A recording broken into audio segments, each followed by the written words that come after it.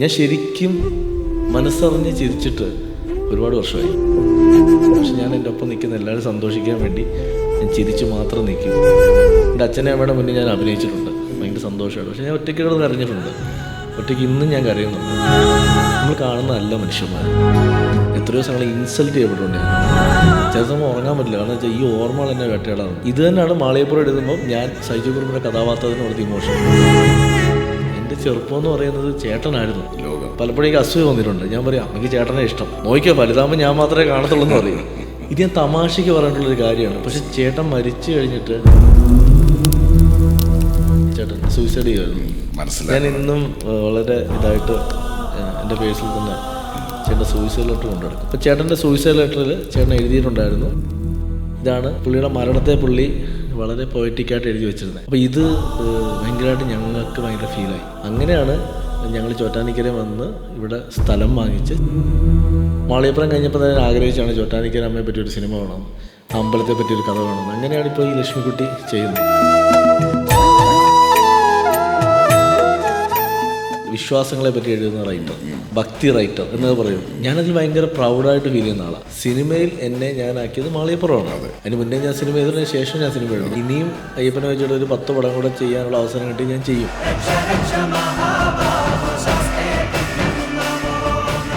അതായത് cinema success ആവുന്നു, നമുക്കൊരു ഫെയിം വരുന്നു, ആളുകൾ നമ്മുടെ കൂടെ കൂടുന്നു, ഒരുപാട് സൗഹൃദങ്ങൾ വന്നു കഴിയുമ്പം ചേട്ടൻ ഈ പറഞ്ഞ ദ ബെസ്റ്റ് ഫ്രണ്ടിനെ ഞാൻ മറന്നു.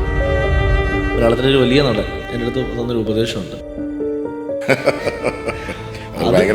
അതുവരെ ഈ അറ്റാക്ക് കണ്ടപ്പോൾ ഒരു സങ്കടം തോന്നിയിട്ട് ഞാൻ നമ്മുടെ പൃഥ്വിരാജ് രാജുവേട്ടന് ഒരു മെസ്സേജ് ഇട്ടു. പുള്ളി എനിക്ക് ഒരു റിപ്ലൈ ഇട്ടു, ശീലമില്ലാത്തതുകൊണ്ടാണ്, ശീലമാകുമ്പോൾ അത് മാറിക്കുള്ള സങ്കടം. ഞാൻ ഈ മാളികപ്പുറത്തിലെ മറ്റേ തള്ളുണ്ണിയില്ലേ, പീഷുണ്ണി, ആ സ്വഭാവമാണ് എൻ്റെ. ആവശ്യമില്ലാത്ത വള്ളികളൊക്കെ പോയി തലവെക്കും. അപ്പോൾ ഈ പ്രശ്നം മുഴുവൻ തീർക്കാൻ ചേട്ടനാണ്. ഇതേപോലെ ഞാൻ 7 വീട്ടിലൊന്ന് പഠിക്കുമ്പോഴാണ് ഞാനിങ്ങനെ ഇറങ്ങി വരുമ്പോൾ ഒരു ക്ലാസ്സിൻ്റെ ഏറ്റവും പുറകിൽ നിന്ന് ഒരു പേപ്പർ പുറത്തേക്ക് വീഴുന്നുണ്ട്. ഞാനിത് എടുത്തിട്ട് നേരെ മുന്നിൽ ചെന്ന് ടീച്ചർ ക്ലാസ്, ഞാൻ ടീച്ചറെ ആ ബാക്കിലേക്ക് ചേട്ടൻ്റെ ഇത് പോയതാ, കൊടുത്തേക്കാൻ പറ്റും. ഇത് പുള്ളി കോപ്പി അടിച്ചിട്ട് പുറത്ത് കളഞ്ഞതാണ്, എക്സാം ഹോളായിരുന്നു. അപ്പം വരുന്ന വഴിക്ക് ഈ 10 ചേട്ടന്മാരിലാണ് നിൽക്കുക. ഞാൻ ഓടിക്കളഞ്ഞു. ഒരു അരമണിക്കൂർ എൻ്റെ ചേട്ടൻ വീട്ടിൽ വരുമോ, എൻ്റെ അമ്മയോട് പറയാം നാളെ തൊട്ട് ഞാൻ വേറെ ഏത് സ്കൂളിൽ പോയി പഠിച്ചോളാം, ഇവരുള്ളത് ഞാൻ പഠിക്കണം. ലവ് ഫെയിലർ ഇല്ല, താരക്കായിട്ടുള്ള തേപ്പ് കിട്ടിയിട്ടുണ്ട്. അത്യാവശ്യം നല്ല രീതിയിൽ തേപ്പ് കിട്ടിയിട്ടുണ്ട്. കോളേജ് ടൈമിൽ ഒരാളെ വളരെ സീരിയസ് ആയിട്ട് ഇഷ്ടമുണ്ടായിരുന്നു. അയാളും തിരിച്ച് അതേപോലെ തന്നെ അത് മുന്നോട്ട് പോയിരുന്ന ഒരു പക്ഷേ ഞാൻ കല്യാണം കഴിച്ചു തന്നെ. അതിൻ്റെ ദേഷ്യത്തിന് ആ ആളുടെ റൂംമേറ്റിനെ തന്നെ പ്രണയിച്ച് ഞാൻ കല്യാണം കഴിച്ചു. മാളിപ്പുറം കഴിഞ്ഞപ്പോൾ ആളെന്നെ എനിക്ക് മെസ്സേജ് ഇട്ടു.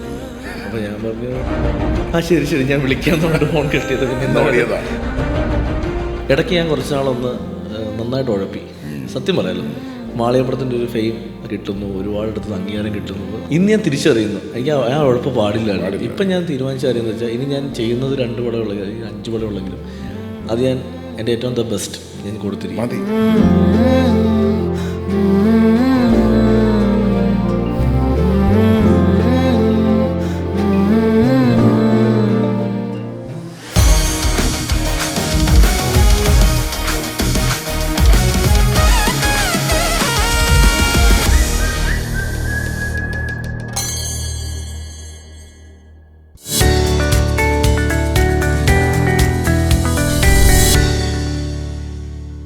Welcome to Shine with Nalan, where stories rise, memories heal, and journeys inspire.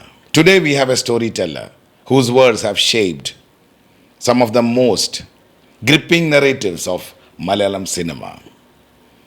Abhilash Pillai, a creator who blends emotions with raw realism, a craftsman who has turned lived experiences into powerful scripts, and a voice that has given Malayalam cinema a new shades of intensity and depth.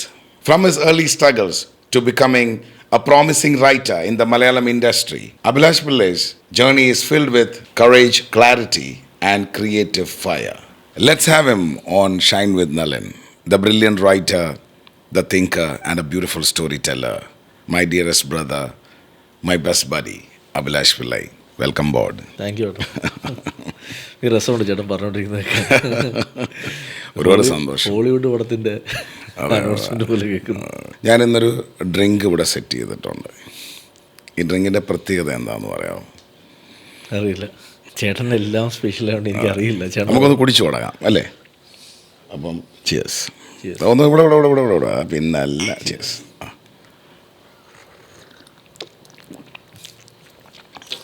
Juice ചൂടായിട്ടോ? അല്ലേ.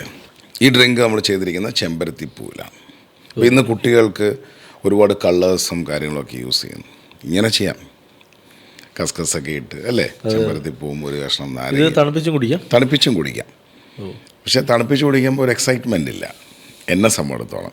ചൂടോടെ കട്ടൻ ചായയൊക്കെ കുടിക്കുന്ന പോലെ ചെമ്പരത്തി juice കുടിക്കുക എന്ന് പറയുന്നത് അല്ലേ, ചെമ്പരത്തി തിളപ്പിച്ച് കുടിക്കുക. ചെമ്പരത്തിൻ്റെ കളറാണ്, അത് റിയൽ കളറാണ്. നമുക്ക് കുട്ടിക്കാലങ്ങളിലേക്ക് പോവാം. അപ്പോൾ സ്കൂൾ ലൈഫൊക്കെ എങ്ങനെയായിരുന്നു?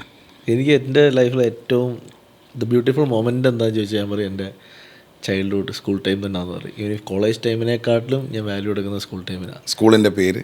ഞാൻ 1ാം ക്ലാസ് മുതൽ 5ാം ക്ലാസ് വരെ പഠിക്കുന്നത് ശ്രീ മഹേശ്വര സ്കൂളിലാണ്. ശ്രീ മഹേശ്വര. അവിടെ ഒരു ദൈവികതയാണ് നിൽക്കുന്നത്, മഹേശ്വര. അതിനുശേഷം ഞാൻ 5 മുതൽ 10th വരെ റിപ്പബ്ലിക് സ്കൂളെന്ന് പറഞ്ഞിട്ട് ഇപ്പോൾ എനിക്ക് 100 വർഷം കംപ്ലീറ്റ് ചെയ്ത സ്കൂളാണ്. എൻ്റെ ഒരു ഭാഗ്യം എന്താ വെച്ചാൽ അതിൻ്റെ 100ാം വർഷം ആ സ്കൂളിലെ ചീഫ് ഗസ്റ്റ് ഞാനായിരുന്നു. അടിപൊളി. അതൊരു ഭയങ്കര ഭാഗ്യമായിട്ട് ഞാൻ കാണുന്നുണ്ട്. മാളികപ്പുറത്തിൻ്റെ റിലീസിന് ശേഷമാണ് ഞാനും പോയി. എൻ്റെ ഒപ്പം എൻ്റെ മാളികപ്പുറം ടീമിനെ ഞാൻ കൊണ്ടുപോയി. ഉണ്ണി അടക്കമുള്ളവരെന്നോട് വന്നു. അതൊരു എനിക്ക് ഭയങ്കര പ്രൗഡ് മൊമെൻ്റ് ആയിരുന്നു.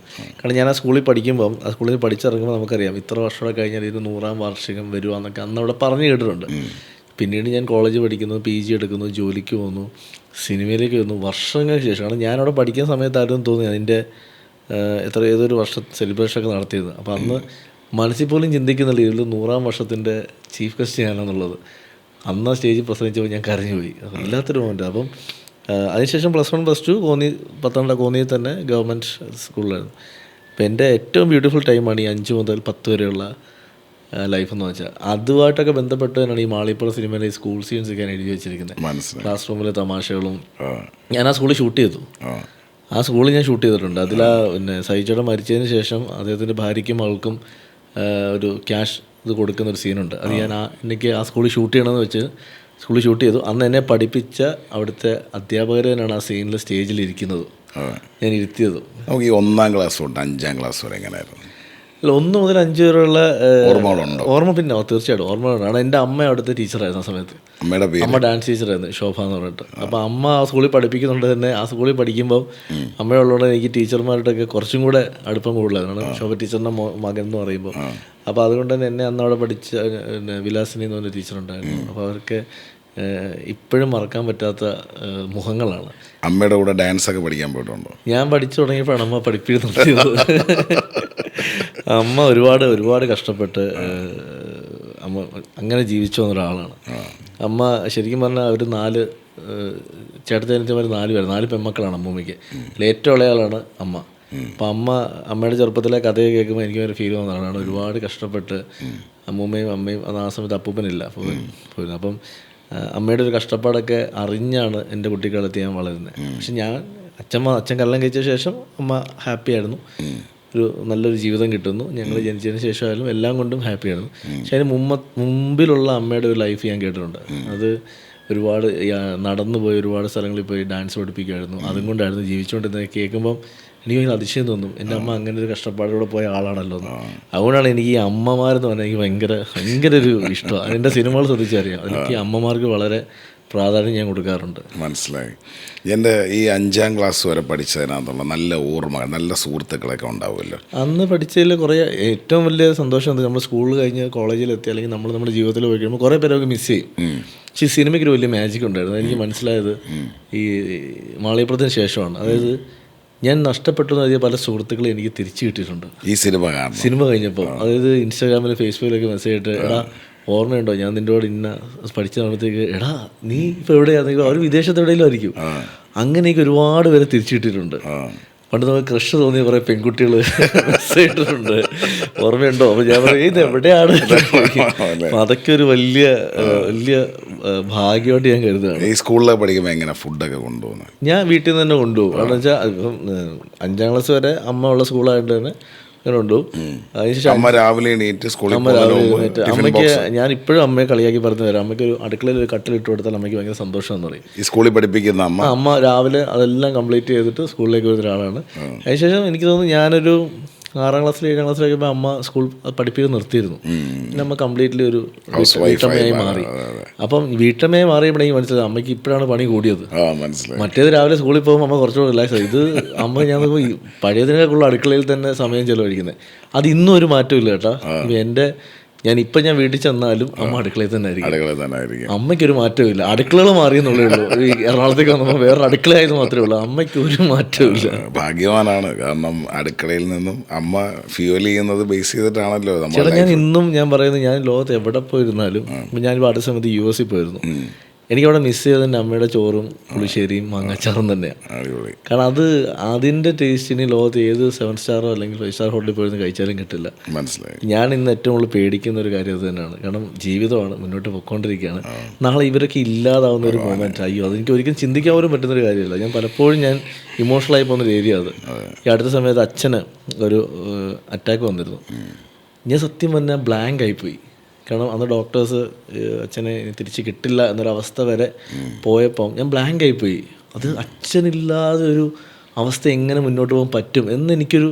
പക്ഷേ ഞാൻ വിളിക്കുന്ന ദൈവങ്ങളും ഞാൻ ദൈവത്തെ പോലെ കണ്ട ഡോക്ടറും പിന്നെ എല്ലാവരുടെയും പ്രാർത്ഥനയും കൊണ്ട് തന്നെ അച്ഛനെ എനിക്ക് പഴയതിലും ആരോഗ്യമായിട്ട് എനിക്ക് തിരിച്ചു കിട്ടി. അപ്പം ഞാൻ ചിന്തിക്കുന്നത് വെച്ചാൽ ഇങ്ങനെ മുന്നോട്ട് പോവാണ്. ഇത് എവിടെയാണ് ഇതിനൊരു ഫുൾ സ്റ്റോപ്പ് വീഴുന്ന ആ മൊമെൻ്റ് എവിടെയാണെന്ന് ഞാൻ ചിന്തിക്കാൻ പോലും പറ്റുന്നില്ല എനിക്ക്. മനസ്സിലായി. അതുമല്ല ഈ വിദേശ ജോലികളൊന്നും വേണ്ടാന്ന് വെച്ച് ഈ നാട്ടിൽ തന്നെ കുറ്റിയടിച്ചതിൻ്റെ പിറകിൽ എനിക്ക് എൻ്റെ അച്ഛനും അമ്മയും കാണണം, എനിക്ക് എൻ്റെ വീട് കാണണം എന്ന് പറഞ്ഞ് ചെന്നൈയിലെ ജോലി ഉപേക്ഷിച്ചു വന്ന കഥയൊക്കെ ഞാൻ കേട്ടു. ചെന്നൈ മാത്രമല്ല, ഞാൻ MBA കംപ്ലീറ്റ് ചെയ്തിട്ട് എനിക്ക് ആദ്യം ദുബായിലാണ് ജോലി കിട്ടുന്നത്.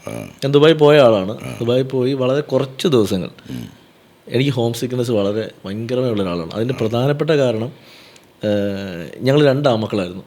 മൂത്ത ചേട്ടനായിരുന്നു. ചേട്ടൻ എനിക്ക് 20 വയസ്സുള്ളപ്പോഴാണ് മരിക്കുന്നത്. ഞാൻ ഡിഗ്രി കംപ്ലീറ്റ് ചെയ്ത് ഡിഗ്രി 3rd ഇയർ ആവുമ്പോൾ ചേട്ടൻ മരിക്കുന്നത്. അപ്പോൾ ചേട്ടൻ മരിച്ചു കഴിഞ്ഞപ്പം അച്ഛൻ്റെ അസുഖം വന്നിട്ടാണ് അല്ല, ചേട്ടൻ ആക്ച്വലി ചേട്ടനൊരു പ്രണയം ഉണ്ടായിരുന്നു. അതിലുണ്ടായ ചെറിയ ഒരു ഇതിലാണ് ചേട്ടൻ സൂയിസൈഡ് ചെയ്യുമായിരുന്നു. പക്ഷെ അത് എന്നെ സംബന്ധിച്ച് എൻ്റെ ലൈഫിൽ ഏറ്റവും വലിയ ട്രാജഡി ആയിരുന്നു. എൻ്റെ മാത്രമല്ല അച്ഛൻ്റെ അമ്മയാണ്. എന്നേക്കാൾ കൂടുതൽ ഒരു പക്ഷേ എൻ്റെ അമ്മ സ്നേഹിച്ചിരുന്ന ചേട്ടനെയായിരുന്നു. പലപ്പോഴും എനിക്ക് അസുഖം വന്നിട്ടുണ്ട്. ഞാൻ പറയും അമ്മയ്ക്ക് ചേട്ടനെ ഇഷ്ടം.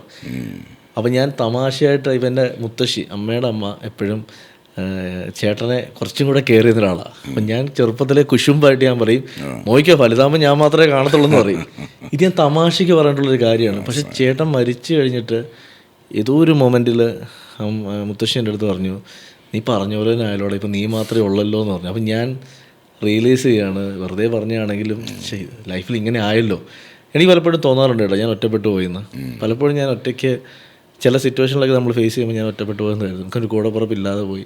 അതുകൊണ്ട് തന്നെയാണ് ഞാൻ എപ്പോഴും എൻ്റെ കൂടെയുള്ളവരെ ഞാൻ എൻ്റെ കൂടപ്പുറപ്പാട് കാണാൻ ശ്രമിക്കും. പക്ഷെ ഇപ്പം എന്താ പ്രശ്നം വെച്ചാൽ ഞാൻ കഴിഞ്ഞൊരു 2 വർഷമായിട്ട് ഞാൻ റിയലൈസ് ചെയ്ത കുറേ കാര്യങ്ങളുണ്ട്. നമ്മൾ കാണുന്നതല്ല മനുഷ്യന്മാർ.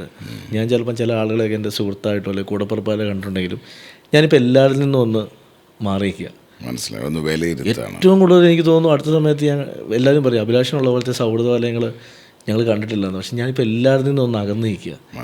എനിക്കറിയില്ല അത് എന്തുകൊണ്ടാണെന്നുള്ള കാര്യം. കാരണം എൻ്റെ പ്രശ്നമാവാം, ചിലപ്പോൾ ഞാൻ തന്നെ ഒന്ന് എന്നെ റിഫ്രഷ് ചെയ്യാൻ വേണ്ടി മാറി നിൽക്കുന്നതാവാം, എൻ്റെ മനസ്സിൻ്റെ ആവാം. പക്ഷേ ഈ പറയുന്ന പോലെ മനുഷ്യരല്ല കേട്ടോ.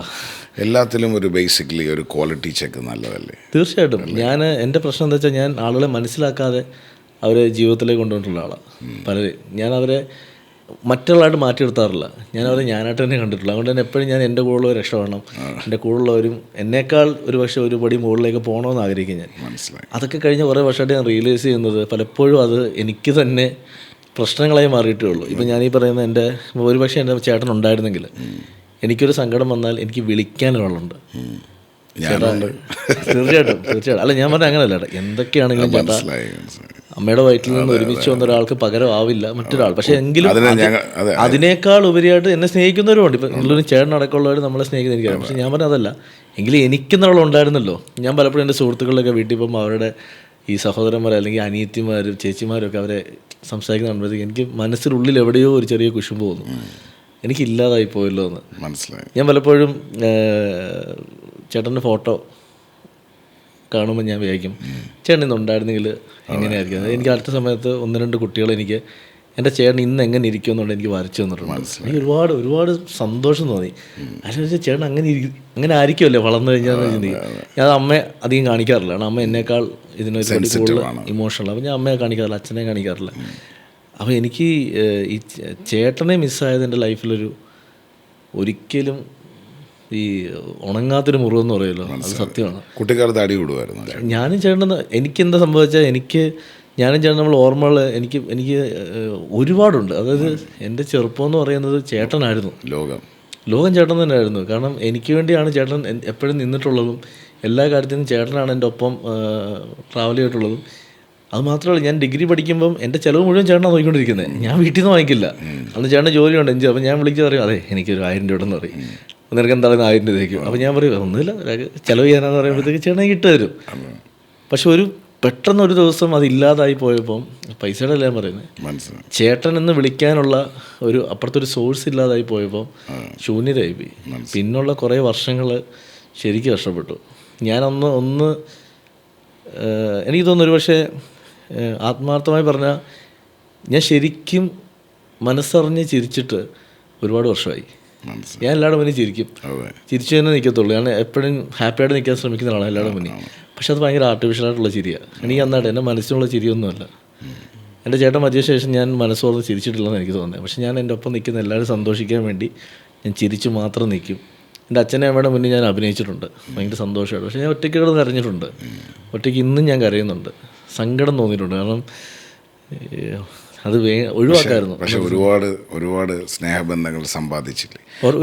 ഉപ്പിലിട്ടതും രണ്ടെന്ന് ചിന്തിക്കുന്ന ആൾക്കാരാണ് ഞങ്ങളൊക്കെ. ബിക്കോസ് സോൾട്ട് ആൻഡ് സോൾട്ടഡ്, ഉപ്പും ഉപ്പിലിട്ടതും രണ്ടാണ്. അതുപോലെ തന്നെയാണ് ബന്ധങ്ങളും, അല്ലേ? തീർച്ചയായിട്ടും. താങ്കളുടെ ചേട്ടൻ ഇതെല്ലാം കേൾക്കുന്നുണ്ട്, ഇതെല്ലാം മനസ്സിലാക്കി. ഞാൻ ഇന്നും വളരെ ഇതായിട്ട് എൻ്റെ പേഴ്സിൽ തന്നെ ചേട്ടൻ്റെ സൂയിസൈഡ് ലെറ്റർ കൊണ്ടു നടക്കും. ചേട്ടൻ എനിക്ക് എഴുതിയ ലെറ്ററുണ്ട്, ഞാൻ കൊണ്ടു നടക്കും. അതെന്തിനാന്ന് വെച്ചാൽ എപ്പോഴെങ്കിലും ഞാൻ തളർന്നു പോകുമെന്ന് തോന്നുമ്പോൾ ഞാൻ അടുത്ത് വായിക്കും. അതെനിക്ക് തരുന്നൊരു പോസിറ്റീവ് എനർജി ഉണ്ട്. കാരണം അതിൽ ചേട്ടൻ എഴുതിയിരിക്കുന്ന വാചകങ്ങൾ വളരെ ചുരുക്കം, എൻ്റെ അത്രയും ക്ലോസ് ആയിട്ട് ഇരിക്കുന്നവർ മാത്രമേ ഇത് കണ്ടിട്ടുള്ളൂ. അതെനിക്ക് ഭയങ്കര ഒരു എനർജിയാണ്. ആ ചേട്ടൻ എഴുതിയ വാക്കുകൾ, ചേട്ടൻ എന്നെ ഏൽപ്പിച്ചേക്കുന്ന ചില കാര്യങ്ങൾ, അപ്പോൾ അത് ഞാൻ ഇന്നും കൃത്യമായിട്ട് ചെയ്യുന്ന ഒരാളാണ്. അത് ചേട്ടൻ പറഞ്ഞ് ഏൽപ്പിച്ച എല്ലാ കാര്യങ്ങളും ഞാൻ ചെയ്തുകൊണ്ടേ ഇരിക്കുന്നുണ്ട്. അപ്പം ചില സമയത്ത് ഈ സിനിമയൊക്കെ വലിയ സക്സസ് ആകുമ്പോഴും വലിയ ആഘോഷങ്ങൾ നടക്കുമ്പോഴും അല്ലെങ്കിൽ ക്രൗഡ് കൈയടിക്കുന്നത് കേൾക്കുമ്പോഴും ഞാൻ ചിന്തിക്കാറുണ്ട്, ആ കൂട്ടത്തിൽ എവിടെയെങ്കിലും അയാളുണ്ടായിരുന്നെങ്കിൽ എന്നൊരു തോന്നൽ പലപ്പോഴും വരും. അഭിലാഷ് ബിയോണ്ടിൽ വിശ്വസിക്കുന്നുണ്ടോ? അത്യാവശ്യം. കാരണം അഭിലാഷിൻ്റെ സിനിമകളെല്ലാം ഒരു ബിയോണ്ടാണ്. തീർച്ചയായിട്ടും. ബിയോണ്ട് ആൾക്കാർ ചിന്തിക്കുന്ന രീതിയിലാണ് സിനിമകളെല്ലാം ചെയ്യുന്നത്. അപ്പോൾ സിനിമകൾ വരുന്നതിന് മുമ്പ് നമുക്ക് കോളേജും സ്കൂളിലേക്കൊന്നും, അപ്പോൾ സ്കൂൾ ലൈഫിൽ നമ്മൾ ഡാൻസൊക്കെ പഠിക്കാൻ പോയി. സ്കൂൾ ലൈഫിൽ ഞാൻ ഡാൻസ് പഠിച്ചില്ല. ഡാൻസ് പഠിക്കണമെങ്കിൽ അമ്മ നിർത്തി. അപ്പോൾ നമുക്ക് പഠിക്കാൻ പറ്റിയില്ല. ഈ ഡാൻസ് എന്നൊരു പരിപാടി എല്ലാവർക്കും പറ്റുന്നില്ല, എനിക്ക് മനസ്സിലായത് ആ സമയത്താണ്. ഈ സുമതിയോളവ് ഷൂട്ട് എടുക്കുമ്പോൾ അതിൽ മറ്റേ ഫെസ്റ്റിവൽ സോങ് ഉണ്ട്. ഞാൻ വളരെ ആവേശത്തോടെ കുഴപ്പമില്ല ഞാനും കയറാൻ തുടങ്ങി. മാസ്റ്റർ ഒന്ന് സ്റ്റെപ്പ് പറഞ്ഞു കൊടുക്കുന്ന കണ്ടപ്പോൾ എനിക്ക് മനസ്സിലായി ഇത് നമുക്ക് പറ്റിയ പണിയല്ല. എന്നിട്ട് ഞാൻ വേറെ കഥാപാത്രത്തിൻ്റെ സ്വഭാവം വെച്ച് ഇയാൾ ഡാൻസ് കളിക്കില്ല എന്നിട്ട് ഞാൻ തന്നെയുള്ള എഴുതുന്നത്. ഞാനത് മാറ്റി സൈഡിൽ കൂടെ ചെറിയ പരിപാടി കഴിച്ചത് വിട്ടു. അപ്പം എനിക്ക് ഡാൻസ് കളിക്കുന്നവരെ കാണുമ്പോൾ ഭയങ്കര അസുഖം തോന്നുന്നു, എങ്ങനെയാണ് ഇതൊക്കെ കളിക്കുന്നത്. പക്ഷേ ഞാൻ പാട്ട് പഠിച്ചിട്ടുണ്ട്. സ്കൂൾ ടൈമിലും കോളേജ് ടൈമിലും ഞാൻ കച്ചേരികൾ അവതരിപ്പിച്ചിട്ടുണ്ട്. പക്ഷേ ഈ പറഞ്ഞ ചേട്ടൻ മരിച്ചു കഴിഞ്ഞപ്പോഴാണ് ഞാൻ ഉപേക്ഷിക്കുന്നത്. പക്ഷേ ഈ അടുത്ത സമയത്താണ് പിന്നെയും ഈ ഇൻസ്റ്റാഗ്രാമിലൊക്കെ റീൽസായിട്ട് ഇപ്പോൾ ഞാൻ എൻ്റെ മ്യൂസിക് ഡയറക്ടറുടെ സ്റ്റുഡിയോയിൽ പോകുമ്പോൾ അത് അവിടെ പാടിയൊക്കെ ഇട്ടിട്ടുള്ളത്. അപ്പോഴാണ് കുറേ പേര് എത്ര പാടുമെന്ന് ചോദിക്കുമ്പോൾ ഞാൻ പറയും പണ്ട് പാടുമായിരുന്നു, ഇപ്പോൾ അതില്ല. ഞാൻ ചോദിച്ചോട്ടെ, കുരുത്തം കെട്ടവനായിരുന്നു? അത്യാവശ്യം. കാരണം വെച്ചാൽ സ്കൂൾ ടൈമിൽ ചേട്ടൻ ഭയങ്കര പാവമാണ്. സ്കൂളിലും അന്ന് ടീച്ചർ പറയും അനീഷ് ഭയങ്കര പാവവും അഭിലാഷിനോട് ഒരു രക്ഷയില്ലെന്ന് പറയും. എൻ്റെ ക്യാരക്ടർ എന്താ വെച്ചാൽ അന്ന് ഞാൻ അത്യാവശ്യം ഷോർട്ട് ടെമ്പേർഡാണ്. ഞാൻ ആവശ്യമില്ലാത്ത വള്ളികളൊക്കെ പോയി തലവെക്കും. അപ്പം ഈ പ്രശ്നം മുഴുവൻ തീർക്കുക ചേട്ടനാണ്. ഞാനൊരു പ്രശ്നം ഉണ്ടായിട്ട് പോകും, ചേട്ടൻ ചെയ്ത് കാല് പിടിക്കും. അതെ, അവരുടെ അബദ്ധം പറ്റിയെന്ന് പറഞ്ഞിട്ട് വിടും. അച്ഛനും അമ്മയും പറയും അവനെ മറ്റവനെ കൊണ്ട് ഞാൻ ഒരു പ്രശ്നമല്ല, ഇവനെയും കൊണ്ട് ഡെയിലി പ്രശ്നം. ഈ ചൂരൽ കഷായത്തിന്റെ എന്നെ അങ്ങനെ തല്ലിയിട്ടൊന്നുമില്ല, തല്ലാൻ മാത്രമുള്ള പ്രശ്നമൊന്നും ഉണ്ടായതല്ല. പിന്നെ എനിക്കൊരു പ്രശ്നം ഉണ്ടായാൽ അതിങ്ങനെ പിടിച്ചിരിക്കണതറിയാം. അന്ന് എൻ്റെ ഒരു എന്നെ ഇപ്പോൾ ടീച്ചർമാർ നമ്മളെ തല്ലണമെന്നൊരവസ്ഥ വന്നാലും ടീച്ചർ ഞാൻ ചിരിക്കും. ടീച്ചർ പറയും നീ തല്ലാൻ വരുമ്പോൾ നീ ചിരിക്കുന്നെന്ന് പറയും. അപ്പോൾ ഞാൻ പറയും ടീച്ചറല്ലേ തല്ലിക്കുമെന്ന് പറയും. ഞാൻ എത്രയോ തവണ രക്ഷപ്പെട്ടു. സ്കൂളിലൊന്നും അങ്ങനെ ഉണ്ടായിട്ടില്ല. അപ്പൊ അത് വലിയ പ്രശ്നക്കാരനല്ലെന്ന് സെൻസ് ഞാൻ അധികം ക്ലാസ്സിൽ കയറാറില്ല. എന്നാലല്ലേ അവർക്ക് പിടിച്ച് മുട്ടൂത്തി നിർത്താൻ പറ്റും. പലപ്പോഴും ചില കോമഡി സംഭവങ്ങളൊക്കെ ഓർമ്മകളുള്ളത് ഞാൻ ഒരിക്കൽ ഇതേപോലെ ഞാൻ 7ലും 8ലും പഠിക്കുമ്പോഴാണ് ഞാനിങ്ങനെ ഇറങ്ങി വരുമ്പോൾ ഒരു ക്ലാസ്സിൻ്റെ ഏറ്റവും പുറകിൽ നിന്ന് ഒരു പേപ്പർ പുറത്തേക്ക് വീഴുന്ന കണ്ടു. അപ്പം ഞാനിത് എടുത്തിട്ട് നേരെ മുന്നിൽ ചെന്ന് ടീച്ചറെ ആ ബാക്കിലേക്ക് ചേണ്ടത് പോയതാ കൊടുത്തേക്കാൻ പറഞ്ഞു. ഇത് പുള്ളി കോപ്പി അടിച്ചിട്ട് പുറത്ത് കളഞ്ഞതാ. എക്സാം ഹോളായിരുന്നു. ഞാനിത് അറിയുന്നില്ല. ഞാനിത് കൊണ്ടുവന്നു ടീച്ചറെ ആ ചേട്ടനെ പൊക്കി. ചേട്ടാ 10ന് പരീക്ഷ തരായിരുന്നു. അത് കഴിഞ്ഞ് ഞങ്ങൾ ഈ പാടത്തൂടെ നടന്നാണ് വരുന്നത് വീട്ടിലേക്ക് പോകുന്നത്. അപ്പം വരുന്ന വഴിക്ക് ഈ 10ലെ ചേട്ടന്മാരിലാണ് നിൽക്കുക. അപ്പം ഞാനുണ്ട്, ചേട്ടനുണ്ട്, ഞങ്ങളുടെ വീടിൻ്റെ അടുത്തുള്ള കുറേ പേരുണ്ട്. അപ്പം എനിക്ക് മനസ്സിലായി ഇത് പണി പാളി, ഇത് ചേട്ടന്മാർ പ്രശ്നമില്ല. ഞാൻ എൻ്റെ ചേട്ടനോട് പറഞ്ഞു അതെ ഒരു ചെറിയ അബദ്ധം പറ്റിയായിരുന്നു. ആ നിൽക്കുന്ന ചേട്ടൻ കോപ്പി അടിച്ച് കളഞ്ഞ പേപ്പർ ഞാൻ ഒരു ടീച്ചറിൻ്റെ കൊടുത്തു. ചേട്ടനെ പൊക്കിയാണെന്ന് പറഞ്ഞിട്ട് ഞാൻ ഓടിക്കളഞ്ഞു. ഒരു അരമണിക്കൂർ എൻ്റെ ചേട്ടൻ വീട്ടിൽ വരുമോ? പക്ഷെ അമ്മയോട് പറയാം നാളെ തൊട്ട് ഞാൻ വേറെ ഏത് സ്കൂളിൽ പോയി പഠിച്ചോളാം, ഇവരുള്ളത് ഞാൻ പഠിക്കണം. പാവം ചേട്ടനെ ഇടി കിട്ടിയെന്ന് തോന്നുന്നു. അപ്പം സ്വാഭാവികമായും പറഞ്ഞ ഒരു എഴുത്തുകാരനായില്ലെങ്കിൽ ഒരു വക്കീലായനെ വെച്ചിട്ട് ഞാൻ പിടിച്ചു തന്നെ. എന്നെ അമ്മ കളിയാക്കി പറയപ്പെടും ഇവൻ MBAക്ക് പോയില്ല, ഇവൻ LLBക്ക് പോകുന്നതാണ് നല്ലത്. ഞാൻ ഇപ്പൊ കേട്ടിടത്തോളം ഈ പറയുന്ന കണക്ക് മാവില് കല്ലെറിയ, ഈ പണ്ട് കലങ്ങിന്റെ പുറത്തിരിക്കുക, അറിയാം കലങ്ങിന്റെ പരിപാടികളെല്ലാം, അമ്പലത്തിന്റെ ഫ്രണ്ടിലുള്ള ആലിന്റെ ചുവട്ടിലിരിക്കുക, ആ പരിപാടിയൊക്കെ എങ്ങനെയായിരുന്നു? ഞാൻ എൻ്റെ സിനിമകൾ കണ്ടാൽ മതി, അതിൽ ഈ കാണുന്ന പരിപാടികളൊക്കെ എൻ്റെ ലൈഫിൽ സംഭവിച്ചത്. എൻ്റെ വീടെന്ന് വെച്ചാൽ 2 അമ്പലങ്ങൾ അപ്പുറം ഇപ്പുറം അമ്പലങ്ങൾ. അപ്പം ഞാനിവിടെ കൃഷ്ണൻ്റെ അമ്പലമുണ്ട്, അതായിരുന്നു എൻ്റെ ലോകം. ഞാൻ സ്കൂൾ വിട്ട് വന്നാൽ അമ്പലത്തിൽ അവിടെ പോകും, ക്രിക്കറ്റ് കളി കാര്യമാടി. അത് കഴിഞ്ഞ് വന്ന് കുളിച്ച് നേരെ വൈകുന്നേരം ദീപാരാധന. രാവിലെ ഇതുപോലെ തന്നെ ആ സ്കൂളിൽ പോകുന്ന വഴിക്ക് അമ്പലത്തിൽ കയറി കൃഷ്ണനോട് കാര്യങ്ങളൊക്കെ പറഞ്ഞ് ഏൽപ്പിച്ചിട്ട് ഞാൻ പോകത്തുള്ളൂ. അപ്പം ഞാൻ അന്ന് വിശ്വസിക്കും നമ്മൾ സാധാരണ താൻ പാതി ദൈവം പാതി എന്നാണല്ലോ. ഞാൻ മുഴുവൻ ദൈവം എന്ന് വിശ്വസിക്കുന്ന ആളാണ്. ഞാൻ എക്സാമിന് എഴുതിയില്ലെന്ന് പറയുന്നത് ഞാൻ ഒന്നും എഴുതിയിട്ടില്ല, ഒന്നും ജയിപ്പിച്ചെന്നെങ്കിലും പറയും. എനിക്കറിയില്ല ചപ്പൻ പണ്ടേ ഞാൻ ഈ ഉത്തരക്കടലാസിൽ 2 മാർക്കിൻ്റെ ക്വസ്റ്റ്യൻ ആണെങ്കിൽ ഞാൻ 2 പേജ് എഴുതി വെക്കും. ടീച്ചർമാർ അവസാനം ഇതിന് നോക്കാൻ വയ്യ എന്നറിയാലും ജയിപ്പിച്ചു. അങ്ങനെ എനിക്ക് ഇന്നും അറിയില്ല. എനിക്ക് വിദ്യാഭ്യാസ സമ്പ്രദായത്തിലുള്ള ഏറ്റവും വലിയ അതിശയം എന്താ വെച്ചാൽ ഞാൻ എങ്ങനെ ജയിച്ചുള്ളതിനെ പറ്റിയാണ് എനിക്ക് അതിശയം. ഞാൻ ഈ യൂണിവേഴ്സിറ്റി എക്സാം ഒക്കെ എഴുതുമ്പം, ഈ യൂണിവേഴ്സിറ്റി നമ്മുടെ ഡിഗ്രി ഒക്കെ എഴുതുമ്പം ഞാൻ ഈ വാങ്ങിച്ചു കൊടുക്കുന്ന പേപ്പറിന് കണക്കില്ല. ഒരു ആദ്യത്തെ ഒരു 3 പേപ്പർ വരെ ടീച്ചർമാർക്ക് വായിക്കാൻ പറ്റും. പക്ഷേ എനിക്ക് ഇതിനകത്തൊരു തിരിച്ചറിവുണ്ടായി. അങ്ങനെ എഴുതിയായിരിക്കും താങ്കൾക്ക് എഴുതാനുള്ള കൗതുകം. അല്ല, ഞാൻ അന്നേ എഴുതാനുള്ള ആഗ്രഹം ഉള്ളതുകൊണ്ടാണ് ഞാൻ അങ്ങനെ എഴുതുന്നത്. അത് ഏറ്റവും രസം എന്താ വെച്ചാൽ ഞാനൊരു 3 പേജ് വരെ ടീച്ചർമാർക്ക് വായിച്ചെടുക്കാൻ പറ്റും. ഈ 3 പേജിൽ എനിക്ക് അറിയാവുന്ന എല്ലാം കാണും. അപ്പോൾ ടീച്ചർമാർ ഈ 3 പേജ് വായിക്കുമ്പോഴത്തേക്ക് ഇവനെന്തോ പഠിച്ചിട്ടാണ് എഴുതിയേക്കുന്നതെന്ന് തോന്നി തുടങ്ങും. ഈ 4ാം പേജ് മുതൽ എഴുതി എനിക്ക് പോലും ഇത് വായിക്കാൻ പറ്റില്ല. ഞാൻ തന്നെ ഇത് വായിക്കാൻ പോയാൽ തന്നെ അല്ല, എനിക്ക് കൈയക്ഷരം ഞാൻ അതുവരെ ഞാൻ നന്നായിട്ട് എഴുതും. 3 പേജ് നന്നായിരുന്നു. പിന്നെ അങ്ങോട്ട് എക്സാം ടൈം ഉള്ളതുകൊണ്ട് തന്നെ ഈ ടീച്ചർമാർക്ക് അറിയാം നമ്മൾ എഴുതുമ്പോൾ ഇവർ തീർക്കാൻ വേണ്ടി പെട്ടെന്ന് എഴുതും എന്നറിയാം. പക്ഷേ ഇത് ടീച്ചർമാർ പോയിട്ട് എനിക്ക് വായിക്കാൻ പറ്റില്ല. ലിപി പോലും മനസ്സിലായി. ഞാൻ എഴുതി എനിക്ക് വായിക്കാൻ പറ്റുന്നത്. അപ്പോൾ എന്താ ചെയ്യുന്നത് വെച്ചാൽ ആദ്യത്തെ 3 പേജിൽ അത്യാവശ്യം കുഴപ്പമില്ല എഴുതിയതും അത് ശരിയായിരുന്നുകൊണ്ടും ഇവരങ്ങ് വിശ്വസിക്കും. ഇവരെ നമുക്ക് വിശ്വസിപ്പിക്കാൻ പറ്റും. ഇനി അങ്ങോട്ട് ഇവർ എന്തോ എഴുതിയിട്ടുണ്ട്. അപ്പോൾ ഇപ്പോൾ ഒരു 5 മാർക്കിൻ്റെ ഇതാണെങ്കിൽ ടീച്ചർമാർ വായിക്കാൻ പറ്റില്ല, 2.5 മാർക്ക് ഇടും. ഇത് മതി, നമ്മൾ ജയിക്കും. മനസ്സിലായി. നമ്മൾ ഈ പ്രണയങ്ങളുണ്ടല്ലോ, ഇപ്പോൾ നമ്മുടെ ലൈഫിൽ 5ാം ക്ലാസ്സിൽ ഒരു പ്രണയം കാണും, 10ാം ക്ലാസ്സിലൊരു പ്രണയം കാണും. ഈ പ്രണയങ്ങൾ ലൈഫിൽ ആണുങ്ങളുടെ കൂടെ ഒരു പുറപ്പായിട്ട് വരുന്നൊരു കാര്യമാണ്. ആ ചിരി കണ്ടില്ലേ? അങ്ങനെ ഈ ലവ് ഫെയിൽവേഴ്സ് വല്ലതും ഉണ്ടോ? പ്രണയം ലവ് ഫെയിലർ ഇല്ല താരക്കായിട്ടുള്ള ചോദിക്കാൻ അങ്ങനെ ഒരാളുണ്ടോ എനിക്ക് ചൂണ്ടിക്കാണിക്കാൻ പോലും പറ്റില്ല. അത് സത്യമാണ്. പക്ഷെ ചേട്ടൻ അംഗീകരിക്കില്ല അത്. ചേട്ടാ അത് പിന്നെ ചിലപ്പോൾ അവരുടെ മാനസികാവസ്ഥയോട് അംഗീകരിക്കാതെ ഞാൻ പറയുന്നു തേപ്പ് കിട്ടിയിട്ടുണ്ട്. 100 പേരെ അടുത്ത് അത്യാവശ്യമല്ല നല്ല രീതിയിൽ തേപ്പ് കിട്ടിയിട്ടുണ്ട് എൻ്റെ ജീവിതത്തിൽ. എനിക്ക് ഏറ്റവും എൻ്റെ ആദ്യത്തെ പ്രണയം എന്ന് പറഞ്ഞാൽ 8ാം ക്ലാസ് വെച്ചിട്ടാണ് ആദ്യത്തെ പ്രണയം. അതെനിക്ക് പറയാൻ പറ്റിയിട്ടില്ല. ഇന്നും എൻ്റെ ബെസ്റ്റ് ഫ്രണ്ടാണ് ആള്. ഞാൻ പറഞ്ഞിട്ടില്ല, ഇഷ്ടം തോന്നിയിട്ടുണ്ടായിരുന്നു. അന്നൊക്കെ ഇഷ്ടം എന്ന് പറഞ്ഞാൽ നമ്മൾ വളരെ സീരിയസ് ആയിട്ടുള്ള പ്രണയമൊന്നുമല്ല. 10ൽ പഠിക്കുമ്പം എനിക്ക് വളരെ സീരിയസ് ആയിട്ടുള്ള ആൾ ഇഷ്ടം തോന്നി. ഞാൻ പറഞ്ഞിട്ടില്ല. ഞങ്ങൾ തമ്മിൽ അങ്ങോട്ടും ഇങ്ങോട്ടും എപ്പോഴും കാണും. ഞാൻ പറയാനിരിക്കുന്ന മൊമെന്റിൽ ഞാൻ അറിയുന്നത് എൻ്റെ സുഹൃത്ത് അതിന് മുന്നേ പോയി ആ കുട്ടിയോട് ഇഷ്ടമാണെന്ന് പറഞ്ഞിരുന്നു. സ്വാഭാവികമായിട്ട് സംഭവിച്ച. അപ്പം പിന്നെ അവനെൻ്റെ ഏറ്റവും സുഹൃത്താണ്. അപ്പോൾ ഞാനിത് പറയാൻ നിന്നില്ല. അവൻ്റെ അടുത്തും പറഞ്ഞിട്ടില്ല. പക്ഷെ അത് നന്നായി. പക്ഷെ പിന്നീട് എപ്പോഴോ ഈ പെൺകുട്ടി എൻ്റെ അടുത്ത് ചോദിച്ചിട്ടുണ്ട്, എൻ്റെ അടുത്ത് പണ്ട് ഇഷ്ടമായിരുന്നല്ലോ എന്ന് ചോദിക്കും. ഞാൻ പറയും ആയിരുന്നു, പക്ഷെ എന്ത് ചെയ്യാനായിട്ട് അതിൻ്റെ ഇടയ്ക്ക് അവൻ വന്ന് ചാടിയല്ലോ. അവനും കെട്ടിയില്ല, അതാണ് ഒരു വിഷമം. അത് വേറെ കെട്ടിപ്പോയി. അതിനുശേഷം സീരിയസ് ആയിട്ട് പ്രണയം കോളേജ് ടൈമിൽ ഒരാളെ വളരെ സീരിയസ് ആയിട്ട് ഇഷ്ടമുണ്ടായിരുന്നു. ഒരു പക്ഷേ അയാളും തിരിച്ച് അതേപോലെ തന്നെ അത് മുന്നോട്ട് പോയിരുന്നത് ഒരു പക്ഷേ ഞാൻ കല്യാണം കഴിച്ചു തന്നെ. പക്ഷേ ഒരു പർട്ടിക്കുലർ സമയത്ത് തേപ്പൊന്നും ഞാൻ പറയുന്നില്ല, അത് ഓരോരുത്തരുടെ മാനസികാവസ്ഥയാണ്, അവർക്ക് ചിലപ്പോൾ അത് വർക്കാവാത്തതുകൊണ്ടായിരിക്കും മാറി. പക്ഷേ അതിൻ്റെ കോമഡി എന്താ വെച്ചാൽ അതിൻ്റെ ദേഷ്യത്തിന് ആ ആളുടെ റൂംമേറ്റിനെ തന്നെ പ്രണയിച്ച് ഞാൻ കല്യാണം കഴിച്ചു. 6 വർഷത്തോളം ഞാൻ ഇഷ്ടപ്പെട്ടാണ് കല്യാണം കഴിച്ചത്. അതിൽ എനിക്ക് ഭയങ്കര രസമുള്ള സംഭവം വെച്ചാൽ ഞാൻ ഇത് കഴിഞ്ഞപ്പോൾ മാളിപ്പുറം കഴിഞ്ഞപ്പോൾ ആളെന്നെ എനിക്ക് മെസ്സേജ് ഇട്ടു. ഇങ്ങനെ പുള്ളി വേറെ സ്ഥലത്താണ്, ഇവിടെ ഇന്ത്യയിലില്ല.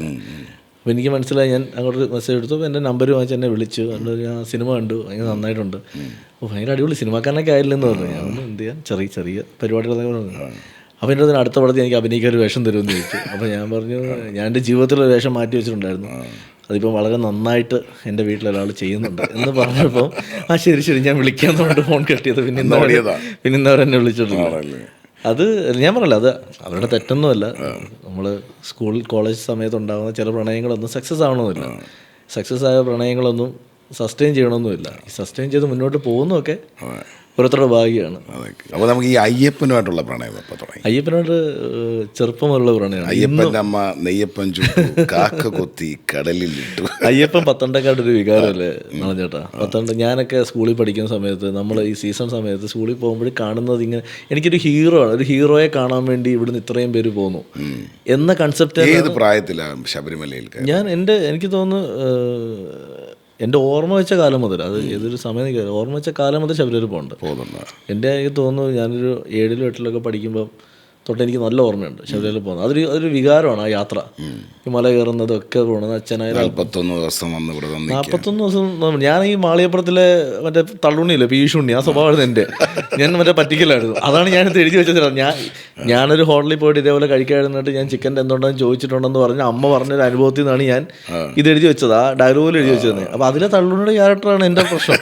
കാരണം അതിൽ പീയൂഷ് കാണിക്കുന്ന പോലത്തെ പരിപാടിയൊക്കെ ഞാനും കാണിച്ചിട്ടുണ്ട്. ഞാൻ ആലോചിച്ചുകൊണ്ട് ഈ അയ്യപ്പൻ എന്തിന് ഇത്രയും വെളിപ്പടിക്കുന്ന, താഴെ കണ്ടിരുന്നാൽ പോലെ. ഇതൊക്കെ എൻ്റെ ചെറുപ്പത്തിലെ ചിന്തകളാണ്. പക്ഷെ എന്തൊക്കെയാണെങ്കിലും ഇതെല്ലാം എടുത്ത് നമ്മൾ മുകളിൽ പോയി ഇദ്ദേഹത്തെ കാണുന്നൊരു മൊമെൻറ്റിൽ നമ്മൾ ചിന്തിക്കേണ്ടത്, ഒരാളൊരു മലയുടെ മുകളിൽ പോയിരിക്കുമ്പോൾ അദ്ദേഹത്തെ കാണാൻ വേണ്ടി ഇത്രയും പേര് ചെല്ലുകയാണ്, ലോകം മുഴുവൻ. അപ്പോൾ അതല്ലേ സൂപ്പർ ഹീറോ. അപ്പോൾ ആ സൂപ്പർ ഹീറോയെ വെച്ചിട്ട് സിനിമ ചെയ്യണമെന്ന് ആഗ്രഹിച്ചുകൊണ്ടാണ് ഞാൻ മാളികപ്പുറം ചെയ്തത്.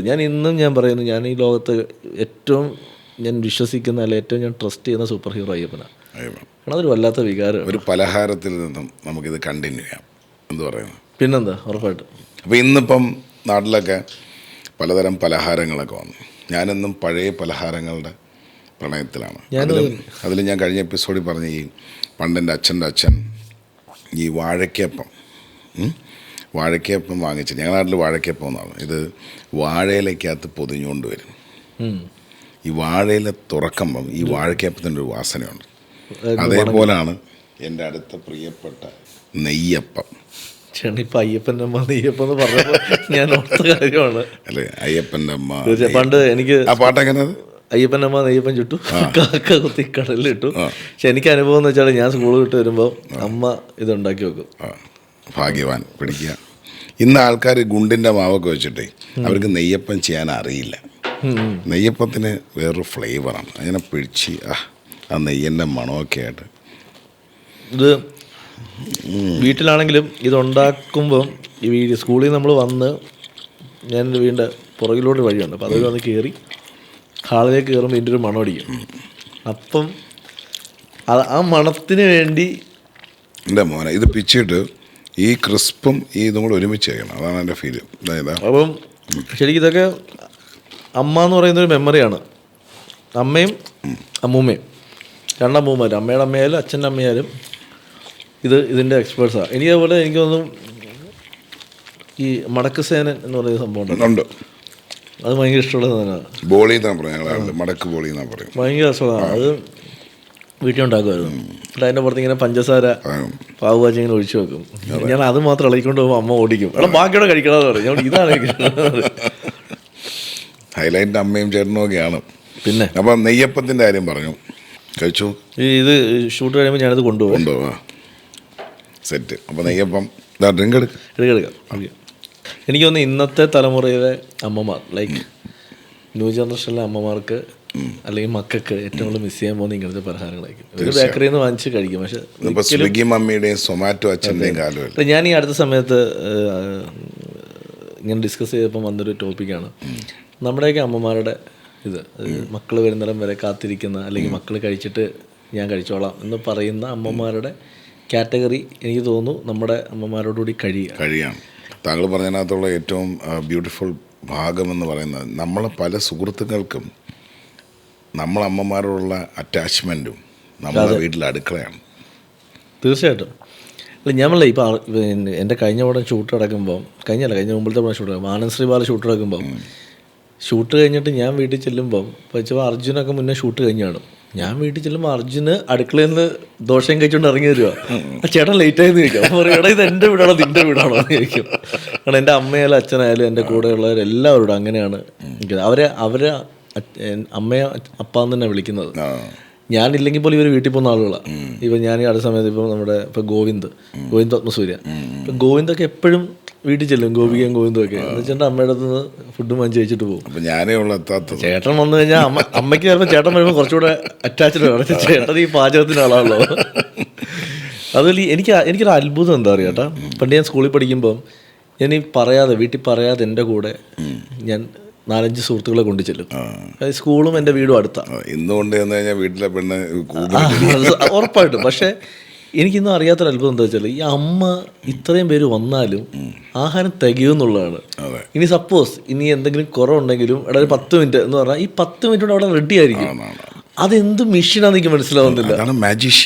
അന്ന് വീട്ടിൽ ഈ പറയുന്ന മിക്സിയോ ഗ്രൈൻഡറോ ഈ പരിപാടികളൊന്നുമില്ല. ഇപ്പം ഇന്ന് പറയുന്ന പോലെ പാനോ പരിപാടി ഒന്നുമില്ല. വിറകടുപ്പിൽ വെച്ച്, അന്ന് ഗ്യാസ് പോലും ഇല്ല. എൻ്റെ എനിക്ക് ഓർമ്മയുണ്ട് സ്കൂൾ പഠിക്കുന്ന സമയത്ത്. അതിന് ശേഷമൊക്കെയാണ് ഗ്യാസ് വരുന്നത്. വിറകടുപ്പിൽ വെച്ചിട്ട് ഈ സാധനം ഉണ്ടാക്കി ഇത്ര സമയത്തിനുള്ളിൽ ഇത്ര പേർക്ക് കൊടുക്കുക എന്ന് പറയുന്നൊരു പ്രോസസ്സ് ഇന്നത്തെ തലമുറയ്ക്ക് ചിന്തിക്കാൻ പറ്റില്ല. ഈ അമ്മ വെക്കുന്നതിൽ എപ്പോഴും തിന്നിട്ടും മടുപ്പ് വരാത്ത ഏതെങ്കിലുമൊക്കെ കാണും. ഒരു ചമ്മന്തിയാണ് വെക്കുന്നത്, എന്താണെങ്കിലും അത് ഒരിക്കലും മടുക്കില്ല. ഈ US ചെല്ലുമ്പോഴപ്പോൾ എന്തൊക്കെ ഉണ്ടെങ്കിലും ആ തീയല് ഇല്ല, ആ ചമ്മന്തി ഇല്ല. എൻ്റെ കുഴപ്പം അതാണ് ചേട്ടാ. ഞാൻ US ചെന്നപ്പോഴും ഞാൻ അവിടുത്തെ ഒരു മലയാളി ഹോട്ടലിൽ ഫുഡ് കഴിക്കാൻ ചെല്ലുക. അപ്പോൾ എന്നെ അന്ന് ഡോക്ടർ വിനിൽ എന്ന് പറഞ്ഞാൽ അവിടെ ഉള്ളൊരു മലയാളിയാണ് കൊണ്ടുവന്നത്. അപ്പോൾ വിനിലേട്ടനോട് ഞാൻ പറയുന്നുണ്ട്, വിനേട്ട എനിക്ക് നാടൻ ഊണ് മതി. എന്നാൽ പിന്നീട് പറയണം അമേരിക്ക വന്നിട്ട് ഊണോ? ഞാൻ പറഞ്ഞു അത് മതി ചേട്ടാന്ന് പറഞ്ഞിട്ട് പോയി. അപ്പം എൻ്റെ കൂടെ ഇപ്പം ഡോക്ടർ അഭിജിത്ത് എന്ന് പറഞ്ഞ വേറൊരു സുഹൃത്തുണ്ട്. അപ്പോൾ ഇവൻ പറയുന്നുണ്ട് എൻ്റെ അടുത്ത്, എൻ്റെ ചേട്ടാ അമേരിക്ക എന്നാൽ പിസ്സയൊക്കെ കഴിക്കണ്ടേ. ഞാൻ നീ ഒന്ന് പോയോടെ ഊണ് കഴിക്കാറുണ്ട്. അങ്ങനെ ഒരു സ്ഥലത്ത് ചെല്ലുന്നു. അപ്പോൾ അവിടെ ഊണ്, അവിയൽ, ഇഞ്ചിക്കറിയെ കൊണ്ട് വെച്ചപ്പോൾ ഞാനേ ഇവിടെ അമ്മയെ വിളിക്കുക. അപ്പം അമ്മ പറഞ്ഞു എന്താ അമ്മ നാട്ടിലപ്പോൾ നൈറ്റാ ഉറക്കുക എന്താ ഞാൻ പറഞ്ഞു എനിക്ക് അമ്മയെ മിസ് ചെയ്തു, ഇഞ്ചിക്കറിയൊക്കെ ഇവിടെ ഉണ്ടെന്ന് പറയുമ്പോൾ അമ്മ പറയാം നീ ഒരു 4-5 ദിവസം അമേരിക്ക പോയി എന്നെ മിസ് ചെയ്യണ്ട. അപ്പം ഇന്നും ഇപ്പം ഞാൻ പറയല്ലേ ഈ നെയ്യപ്പത്തിൻ്റെ മണം അടിച്ചപ്പോഴും എനിക്ക് ഓർമ്മ വരുന്നത് ഞാൻ കണ്ടിട്ടുള്ള അടുക്കളയിൽ നിന്ന് ഇതുണ്ടാക്കി വെച്ചിട്ട് എടാ ചായ ഇട്ട് വെച്ചിട്ടുണ്ട് കുടിക്കടാ കഴിക്കുന്ന പറയുന്ന അമ്മയാണ്. അഭിലാഷ് അമ്മയ്ക്ക് കൊടുത്ത ഏറ്റവും ബ്യൂട്ടിഫുൾ ഗിഫ്റ്റ്, അമ്മ സർപ്രൈസ്ഡ് ആയിട്ടുള്ള? ഞാൻ എൻ്റെ അമ്മയ്ക്ക് സത്യം പറഞ്ഞാൽ എനിക്കറിയില്ല കേട്ടാ. ഞാൻ അമ്മയ്ക്ക് ട്രാവൽ ചെയ്യുന്നത് ഇഷ്ടമാണോ? അല്ല, അമ്മയ്ക്ക് ഞാൻ ജീവിതത്തിൽ എല്ലാം ചെയ്യിച്ചു കൊടുത്തിട്ടുണ്ട്. അമ്മ ട്രാവൽ ചെയ്തിട്ടുണ്ട്, എല്ലാം കൊടുത്തിട്ടുണ്ട്. പക്ഷേ അമ്മയ്ക്ക് ട്രാവൽ ചെയ്യുന്ന ഇഷ്ടമാണോ? അമ്മയ്ക്ക് ഈ പറയുന്ന പോലെ ഞങ്ങളാണ് ലോകം. ഇപ്പം ഞങ്ങളുണ്ടെങ്കിൽ ഓക്കെ. ഞാൻ അച്ഛൻ അമ്മ വൈഫ് മക്കൾ, ഞങ്ങൾ ഇത്രയും പേരാണ് അമ്മയുടെ ലോകം. ഞങ്ങളുണ്ടെങ്കിൽ അമ്മ ഓക്കെയാണ്. അതിനി ലോകത്ത് എവിടെയാണ് അമ്മ വിളിക്കും. ഇനി ഞാൻ പറയും അമ്മ നമ്മളെല്ലാവരും മരിക്കാൻ പോകുന്ന അമ്മ ഒരു മിനിറ്റ് ഗ്യാസ് നോക്കിയിട്ട് വരാമെന്ന് പറഞ്ഞിട്ട് കൂടെ വരും അമ്മ. അമ്മയ്ക്ക് അത്രേ ഉള്ളൂ ലോകം, അതിനപ്പുറത്തേക്ക് ലോകമില്ല. അമ്മയ്ക്ക് ഞങ്ങൾ വേണം. ഇപ്പം ഞാൻ പറയില്ല, ഞാൻ സിനിമയിലേക്ക് വന്നതിന് ശേഷം സമയത്തും കാലത്തും വീട്ടിൽ ചെല്ലുന്ന ഒരാളല്ല. അമ്മയുടെ കൺസെപ്റ്റുള്ള ഞാനെന്ന് വെച്ചാൽ അതല്ല.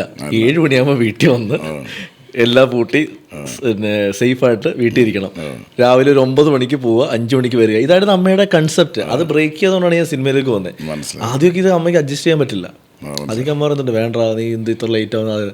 ഇന്നും എൻ്റെ എന്ന് വെച്ചാൽ ഞാൻ രാവിലെ വീട്ടിൽ നിന്ന് പോകുന്നു കറക്റ്റായിട്ട്. ഞാനിപ്പോൾ ഉദാഹരണം പറഞ്ഞാൽ ഞാൻ ചോറ്റാനിക്കരയിൽ നിന്ന് എനിക്കിപ്പോൾ ഗൂഗിളത്തിലൊരു മീറ്റിംഗ് എന്ന് പറഞ്ഞാൽ ഞാൻ ഗൂഗിളത്തിൽ എത്തുന്ന സമയം ഇത് എങ്ങനെയാണ് നമ്മൾ കാൽക്കുലേറ്റ് എനിക്കറിയില്ല. കറക്റ്റ് ഞാൻ ഗൂഗിളത്തിൽ എത്തുമ്പോൾ അമ്മ വിളിക്കും നീ എത്തിയോ എന്ന് ചോദിക്കും. അപ്പം ഞാൻ എത്തിയെന്ന് പറയും. ഞാൻ രാവിലെ ബ്രേക്ക്ഫാസ്റ്റ് കഴിച്ചിട്ടാണ് വരുന്നതെങ്കിൽ ചോദിക്കില്ല, അല്ലെങ്കിൽ നീ കഴിച്ചോ എന്ന് ചോദിക്കും. കഴിച്ചു എന്ന് പറയും. കറക്റ്റ് ഉച്ചയ്ക്ക് 1 മണി ആകുമ്പോൾ വിളി വരും, നീ കഴിച്ചോ? അമ്മ ഞാൻ കഴിച്ചു. ഞാൻ കഴിച്ചില്ലെങ്കിലും പറയും കഴിച്ചു പറയണം. അമ്മയ്ക്കത് കേട്ടാൽ മതി.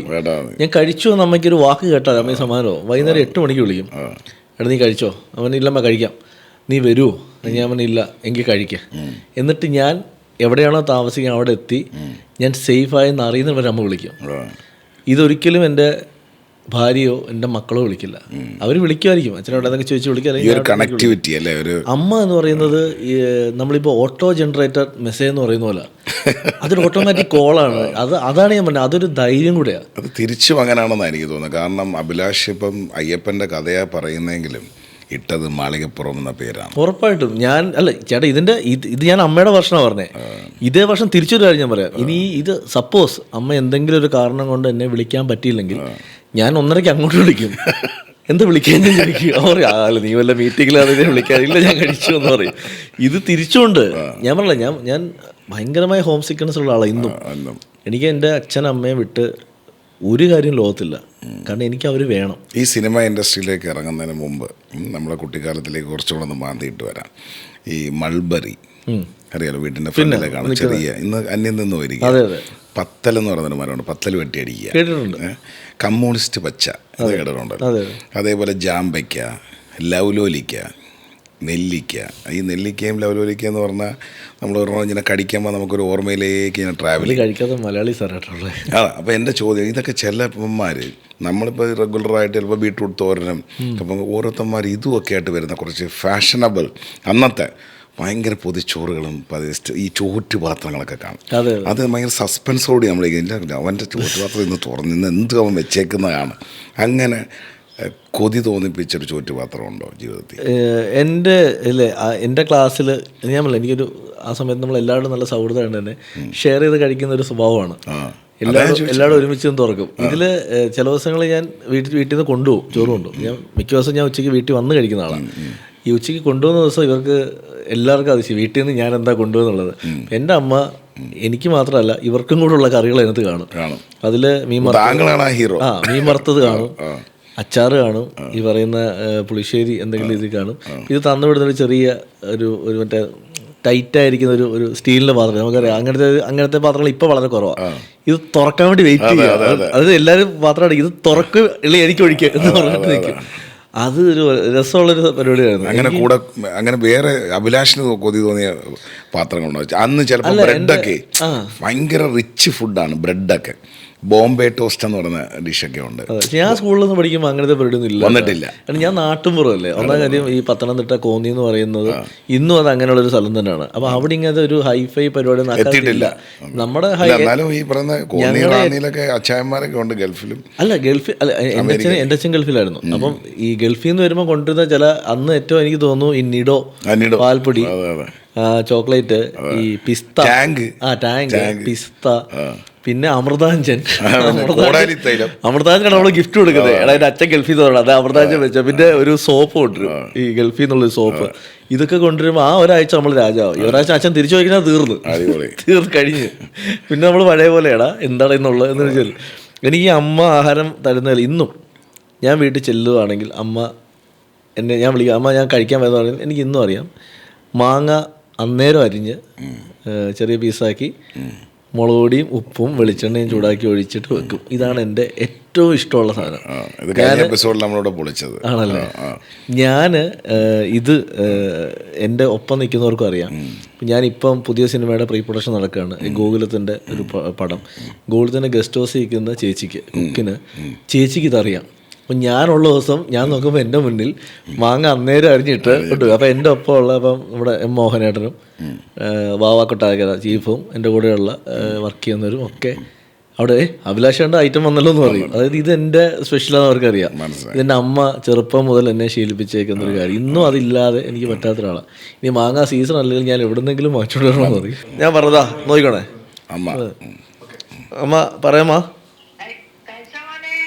കഴിച്ചമ്മ. ഞാനൊരു ഇൻ്റർവ്യൂവിൽ ഇരിക്കാം, ഞാൻ വിളിക്കാം കേട്ടോ. ഇൻ്റർവ്യൂവിൽ ഇരിക്കാം, ഞാൻ വിളിക്കാം. ഇതാണ് സംഭവം. പോവാം, റെഡി. നമുക്കൊരു ബൈറ്റ് എടുത്തോണ്ട് വീണ്ടും കണ്ടിന്യൂ ചെയ്യാം. ഷൈൻ വിത്ത് നല്ലത്.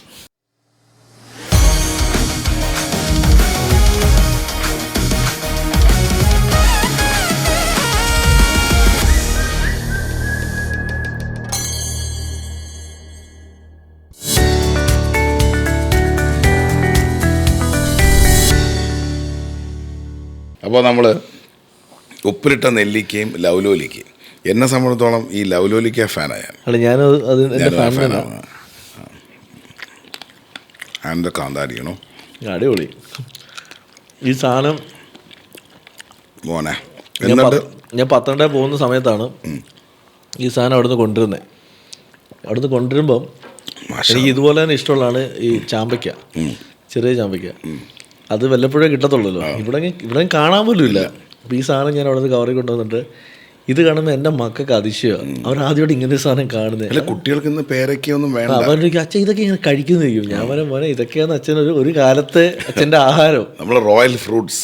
ചേട്ടാ ചാമ്പയ്ക്ക സീസൺ ആയി കഴിഞ്ഞാൽ എല്ലാ വീട്ടിലും ഒരു 3 ചാമ്പോരം കാണും പത്തനംതിട്ടയിൽ. നമ്മളിത് പറിക്കുക, ഉപ്പ് കൂട്ടി കഴിക്കുക.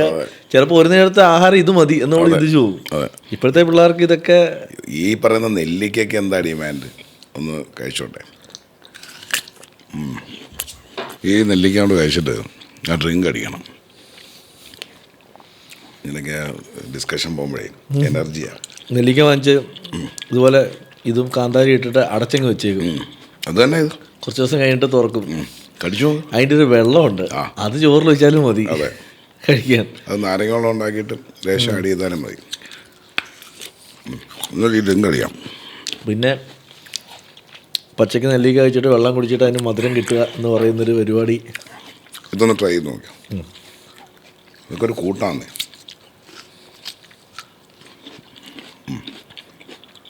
മോനെ അടിപൊളി. അതും പോകുമ്പോൾ ബാക്കി തരാം. ഒലിക്ക നെല്ലിക്ക. നമ്മളെ പ്രോഗ്രാമിൻ്റെ പ്രത്യേകത എന്ന് പറയുന്നത് നൊസ്റ്റാൾജിയ. ചേട്ടാ ഇതും കൊണ്ടൊക്കെ തന്നെ ഞാൻ എൻ്റെ സിനിമകളൊക്കെ എഴുതുമ്പം ഞാൻ ഈ പരിപാടി കൊണ്ട് വില്ലേജ് പ്ലേസ് ചെയ്യുന്നത്, ഗ്രാമങ്ങളിൽ ജീവിക്കുകയല്ലയോ. അത് തീർച്ചയായും. അപ്പോൾ എനിക്കെന്താ പറയുക, എനിക്ക് അന്യമായി തോന്നാത്ത ഫ്രെയിമുകളും കഥാപശ്ചാത്തലവും കഥാപാത്രങ്ങളുമാണ്. എൻ്റെ സിനിമയിലെ എല്ലാ കഥാപാത്രങ്ങളും ഞാൻ റിയൽ കണ്ടിട്ടുള്ള ക്യാരക്ടേഴ്സാണ്, അല്ലാതെ ഒരിക്കലും. ഈ പറയുന്ന അയ്യപ്പൻ്റെ സിനിമ തന്നെ ഒരുപാട് ദേവി അല്ലെങ്കിൽ ദേവപ്രഭയുള്ള സിനിമകൾ നമ്മൾ കണ്ടിട്ടുണ്ട്. പക്ഷെ മാളികപ്പുറം ഉണ്ടാക്കിയൊരു വൈബ്, ഇറ്റ് വാസ് വെരി, എന്താ പറയുക, it was very very close to every one's heart.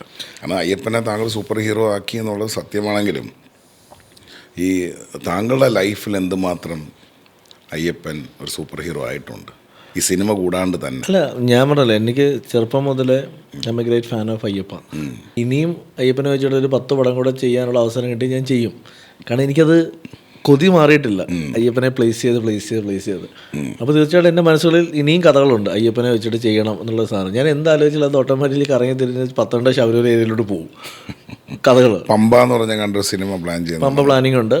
അതേപോലെ പിന്നെ വേറൊരു പരിപാടി ഇതേപോലെ അയ്യപ്പനെ ബേസ് ചെയ്തിട്ട് അത് ചിലപ്പോൾ ഒരു മാളികപ്പുറത്തിൻ്റെ സീക്വൽ പോലെ ചെയ്യാൻ പറ്റുന്ന ഒരു കഥയാണ്. അപ്പോൾ അത് ശരാശരി സോറി ടു ഇൻറ്ററപ്റ്റ് ആക്ച്വലി, ഇത് മറന്നുപോയിരിക്കാം. ഈ ശരാശരി ഒരു സാധാരണക്കാരൻ, ഒരു നാട്ടിൻപുറത്തുകാരൻ അയ്യപ്പനാണോ തലത്തൊട്ടപ്പൻ?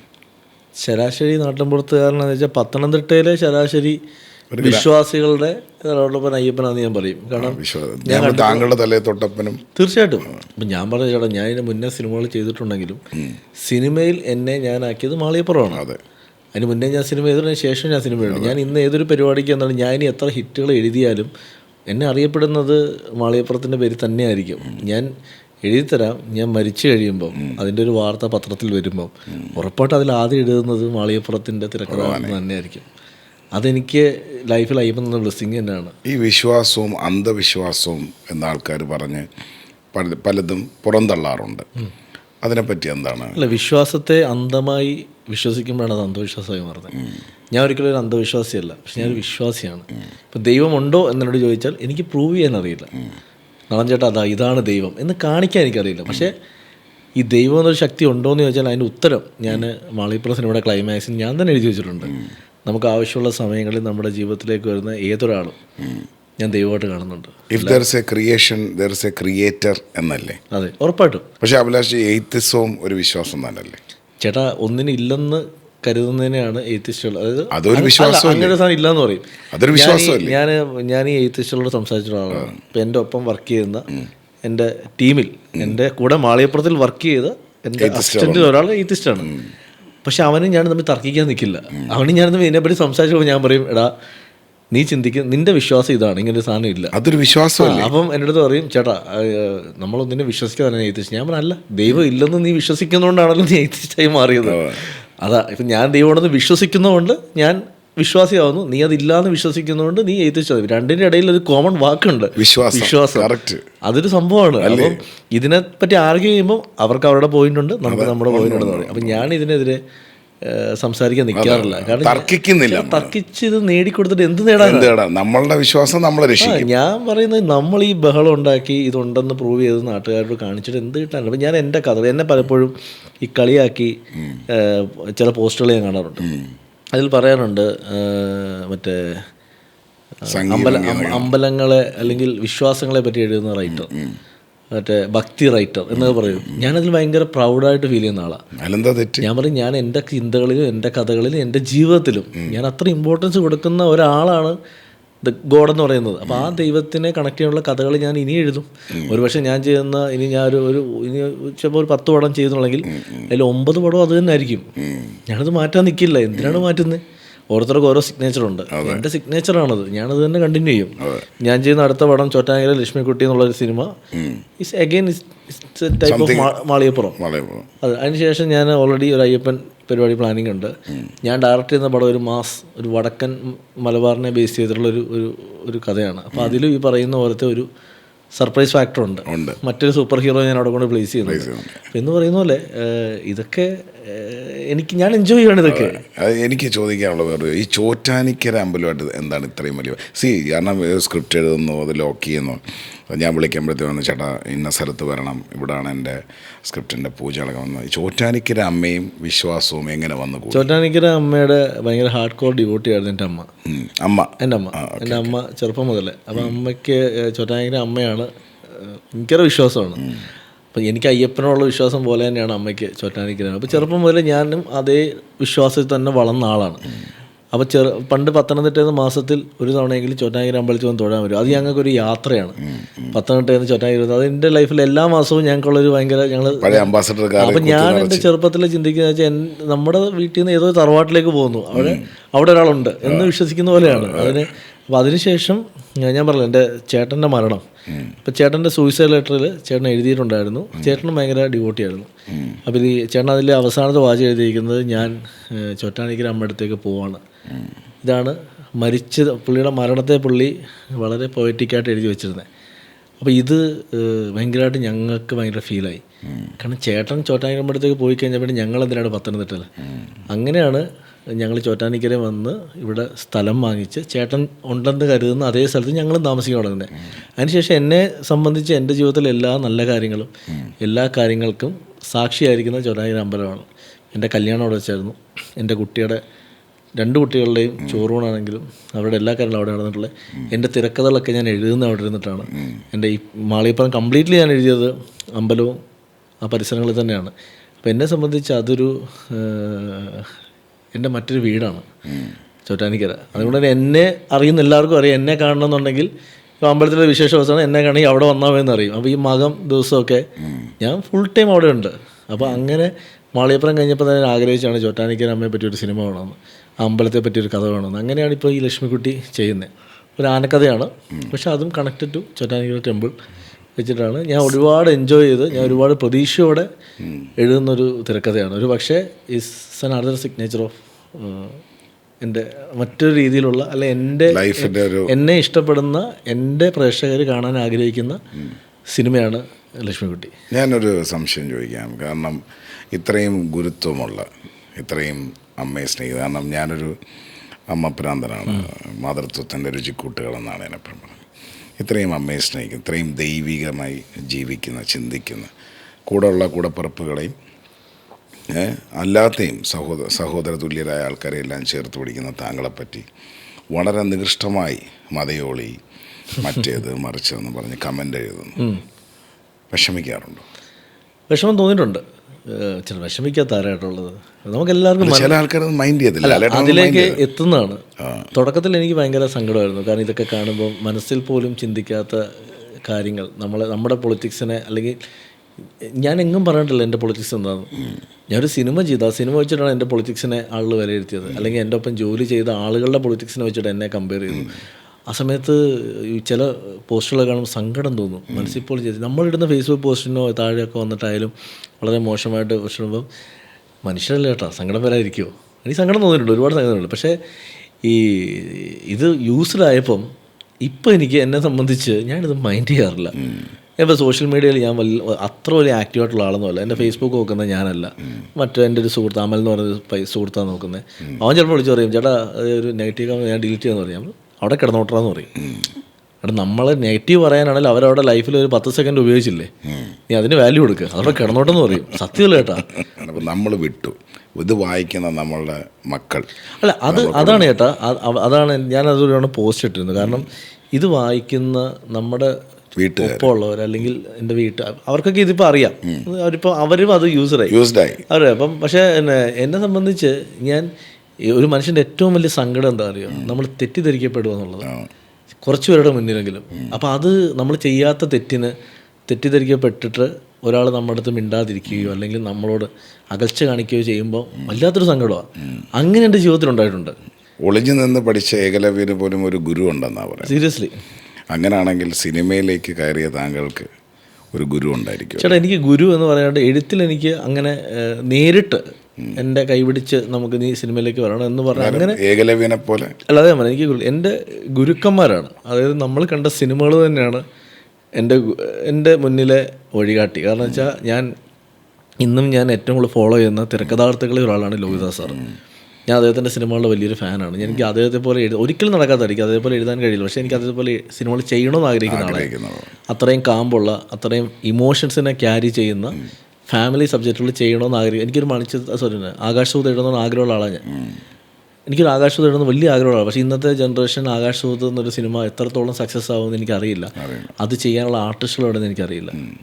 സ്വാഭാവികമായിട്ട് കാണുന്നത് എന്താണ് അഭിലാഷ്, ആദ്യത്തെ കാലഘട്ടങ്ങളിൽ സ്ക്രിപ്റ്റുമായിട്ട് നടക്കുമ്പോൾ ഉണ്ടാകുന്ന കോൺഫിഡൻസ് പോകെ നശിച്ചു പോകുന്നത്. കാരണം ആദ്യം ആരോടും ചെന്ന് ചാൻസ് ചോദിക്കുക, എന്തും പറയാനുള്ള കോൺഫിഡൻസ്, ചെന്ന് മീറ്റിങ്ങുകൾ ഫിക്സ് ചെയ്യുക, പിന്നെ ആ സ്ക്രിപ്റ്റ്. അങ്ങനെ ആദ്യത്തെ സ്ക്രിപ്റ്റുമായിട്ട് നടന്ന അനുഭവം ഒന്ന് പറയാം. ഇല്ല, ആദ്യത്തെ തിരക്കഥയായിട്ട് നടന്നതാണ് എൻ്റെ ജീവിതത്തിലെ ഏറ്റവും വലിയ എക്സ്പീരിയൻസ് എന്ന് പറഞ്ഞാൽ. ആ എക്സ്പീരിയൻസ് തന്നെയാണ് എൻ്റെ മുന്നോട്ടുള്ള യാത്രയ്ക്കുള്ള ഏറ്റവും വലിയ ഫ്യൂവലും. 2013 ഞാൻ ജോലി റിസൈൻ ചെയ്യുന്നത്. 2013 ഞാൻ സിനിമയ്ക്ക് വേണ്ടി ട്രൈ ചെയ്ത് തുടങ്ങുന്നത്. അന്നുള്ള ജോലി കളഞ്ഞിട്ട് ഇറങ്ങുമ്പം പിന്നെ 0 ബാലൻസാണ് ലൈഫ്. അച്ഛനാണ് അന്ന് സഹായിക്കുന്നത്. അച്ഛൻ രാവിലെ ഇറങ്ങി പോകുമ്പോൾ അച്ഛൻ നേരിട്ട് വെച്ചില്ലെങ്കിൽ അമ്മ വഴി ഒരു 500 രൂപ എൻ്റെ പേഴ്സിൽ കാണും. അച്ഛൻ കൊടുക്കുന്നത് എനിക്ക് നന്നായിട്ടറിയാം. ഈ 500 രൂപ വെച്ചിട്ട് ഞാൻ ഒരാഴ്ച ഓടും. കാരണം വെച്ചാൽ എനിക്ക് വലിയ ചിലവൊന്നുമില്ല. ഞാൻ അന്ന് ഇവിടുന്ന് ബസ്സിന് കയറും, എറണാകുളത്ത് വരും, എവിടെ ഷൂട്ട് എടുക്കുന്ന അവിടെ ചെല്ലും, അവിടുത്തെ പ്രൊഡക്ഷൻ കൺട്രോളറെ കാണും, അല്ലെങ്കിൽ ചീഫ് അസിസ്റ്റൻറ്റിനെ കാണാൻ, ഡയറക്ടറെ കാണാൻ ശ്രമിക്കും. പക്ഷേ ഒരു പുതിയൊരു എഴുത്തുകാരനെ സംബന്ധിച്ച് അത്രയും കോമ്പറ്റീഷൻ ഉള്ളൊരു ഫീൽഡാണ് സിനിമ. ചിലതൊക്കെ നമ്മൾ നാളെ കേൾക്കാം എന്ന് പറയും, പക്ഷേ നടക്കില്ല. എത്രയോ ദിവസങ്ങൾ ഇൻസൾട്ട് ചെയ്യപ്പെട്ടിട്ടുണ്ട് ഞാൻ. നമ്മൾ രാവിലെ കഥ കേൾക്കാൻ വേണ്ടി വിളിച്ചു വരുത്തും, ഈവനിങ് വരോട് നിന്ന് കഴിയുമ്പോഴത്തേക്കും അതെ നമ്മൾ അടുത്ത ആഴ്ച കേൾക്കാം പോയിട്ട് വന്ന് പറയും. ചിലപ്പോൾ എറണാകുളത്ത് നിന്ന് നമ്മൾ വിളിക്കുമ്പോൾ അതെ നമ്മൾ കണ്ണൂരാണുള്ളത്, നിങ്ങൾ ഇങ്ങോട്ട് വന്ന് പറയും. കണ്ണൂർ ചെല്ലും. കണ്ണൂരിൽ നിന്ന് അവിടെ നമ്മൾ താമസിച്ച് പിറ്റേ ദിവസം കഥ കേൾക്കാണ്ട് വിളിക്കുമ്പോൾ അതെ അയ്യോ ഇന്ന് ഇവിടെ ഷിഫ്റ്റ് ആവുക ഒക്കെ നമ്മൾ അവിടെ കേൾക്കാം, എറണാകുളത്തേക്ക് അവിടേക്ക് വരണം. അപ്പോഴിത് ചിരിച്ചുകൊണ്ട് മാത്രമേ നേരിട്ടുള്ളൂ. കാരണം ഇത് ആവശ്യക്കാരൻ ഞാനാ, അവരല്ല. ആവശ്യക്കാരൻ ഞാനാണ്. എനിക്കാണ് സിനിമ നടക്കേണ്ടത്. ഞാൻ അതിനുവേണ്ടി 2013 ഇറങ്ങി 2019 വരെ അതിന് ഈ ഡെയിലി ഉള്ള ഈ റുട്ടീന് ഞാൻ മാറ്റം വരുത്തിയിട്ടില്ല. പക്ഷെ ഞാൻ ഈ സങ്കടം ഒന്നും തന്നെ എൻ്റെ വീട്ടിൽ അറിയിച്ചിട്ടില്ല. അമ്മ തിരിച്ചു വരുമ്പോൾ അല്ലെങ്കിൽ അമ്മ എന്നെ വിളിച്ചു കഴിഞ്ഞാൽ ഞാൻ വളരെ പോസിറ്റീവായിട്ട് പറയാം, അതെ റെഡിയാണ്, ഉടനെ തന്നെ സംഭവിക്കുമെന്ന് പറയും. ഞാൻ ഈ വീട്ടിൽ നിന്ന് രാവിലെ ഈ ബാഗ് എടുത്തുകൊണ്ട് പോകും. ചിലപ്പോൾ അന്ന് മീറ്റിംഗ് ഒന്നും കാണില്ല. വീട്ടിൽ നിന്ന് വളരെ ഹാപ്പി ആയിട്ട് സ്ക്രിപ്റ്റിൻ്റെ ബാഗ് എടുത്തുകൊണ്ട് പോകും. എറണാകുളത്ത് എവിടെയെങ്കിലും വന്നിരിക്കും.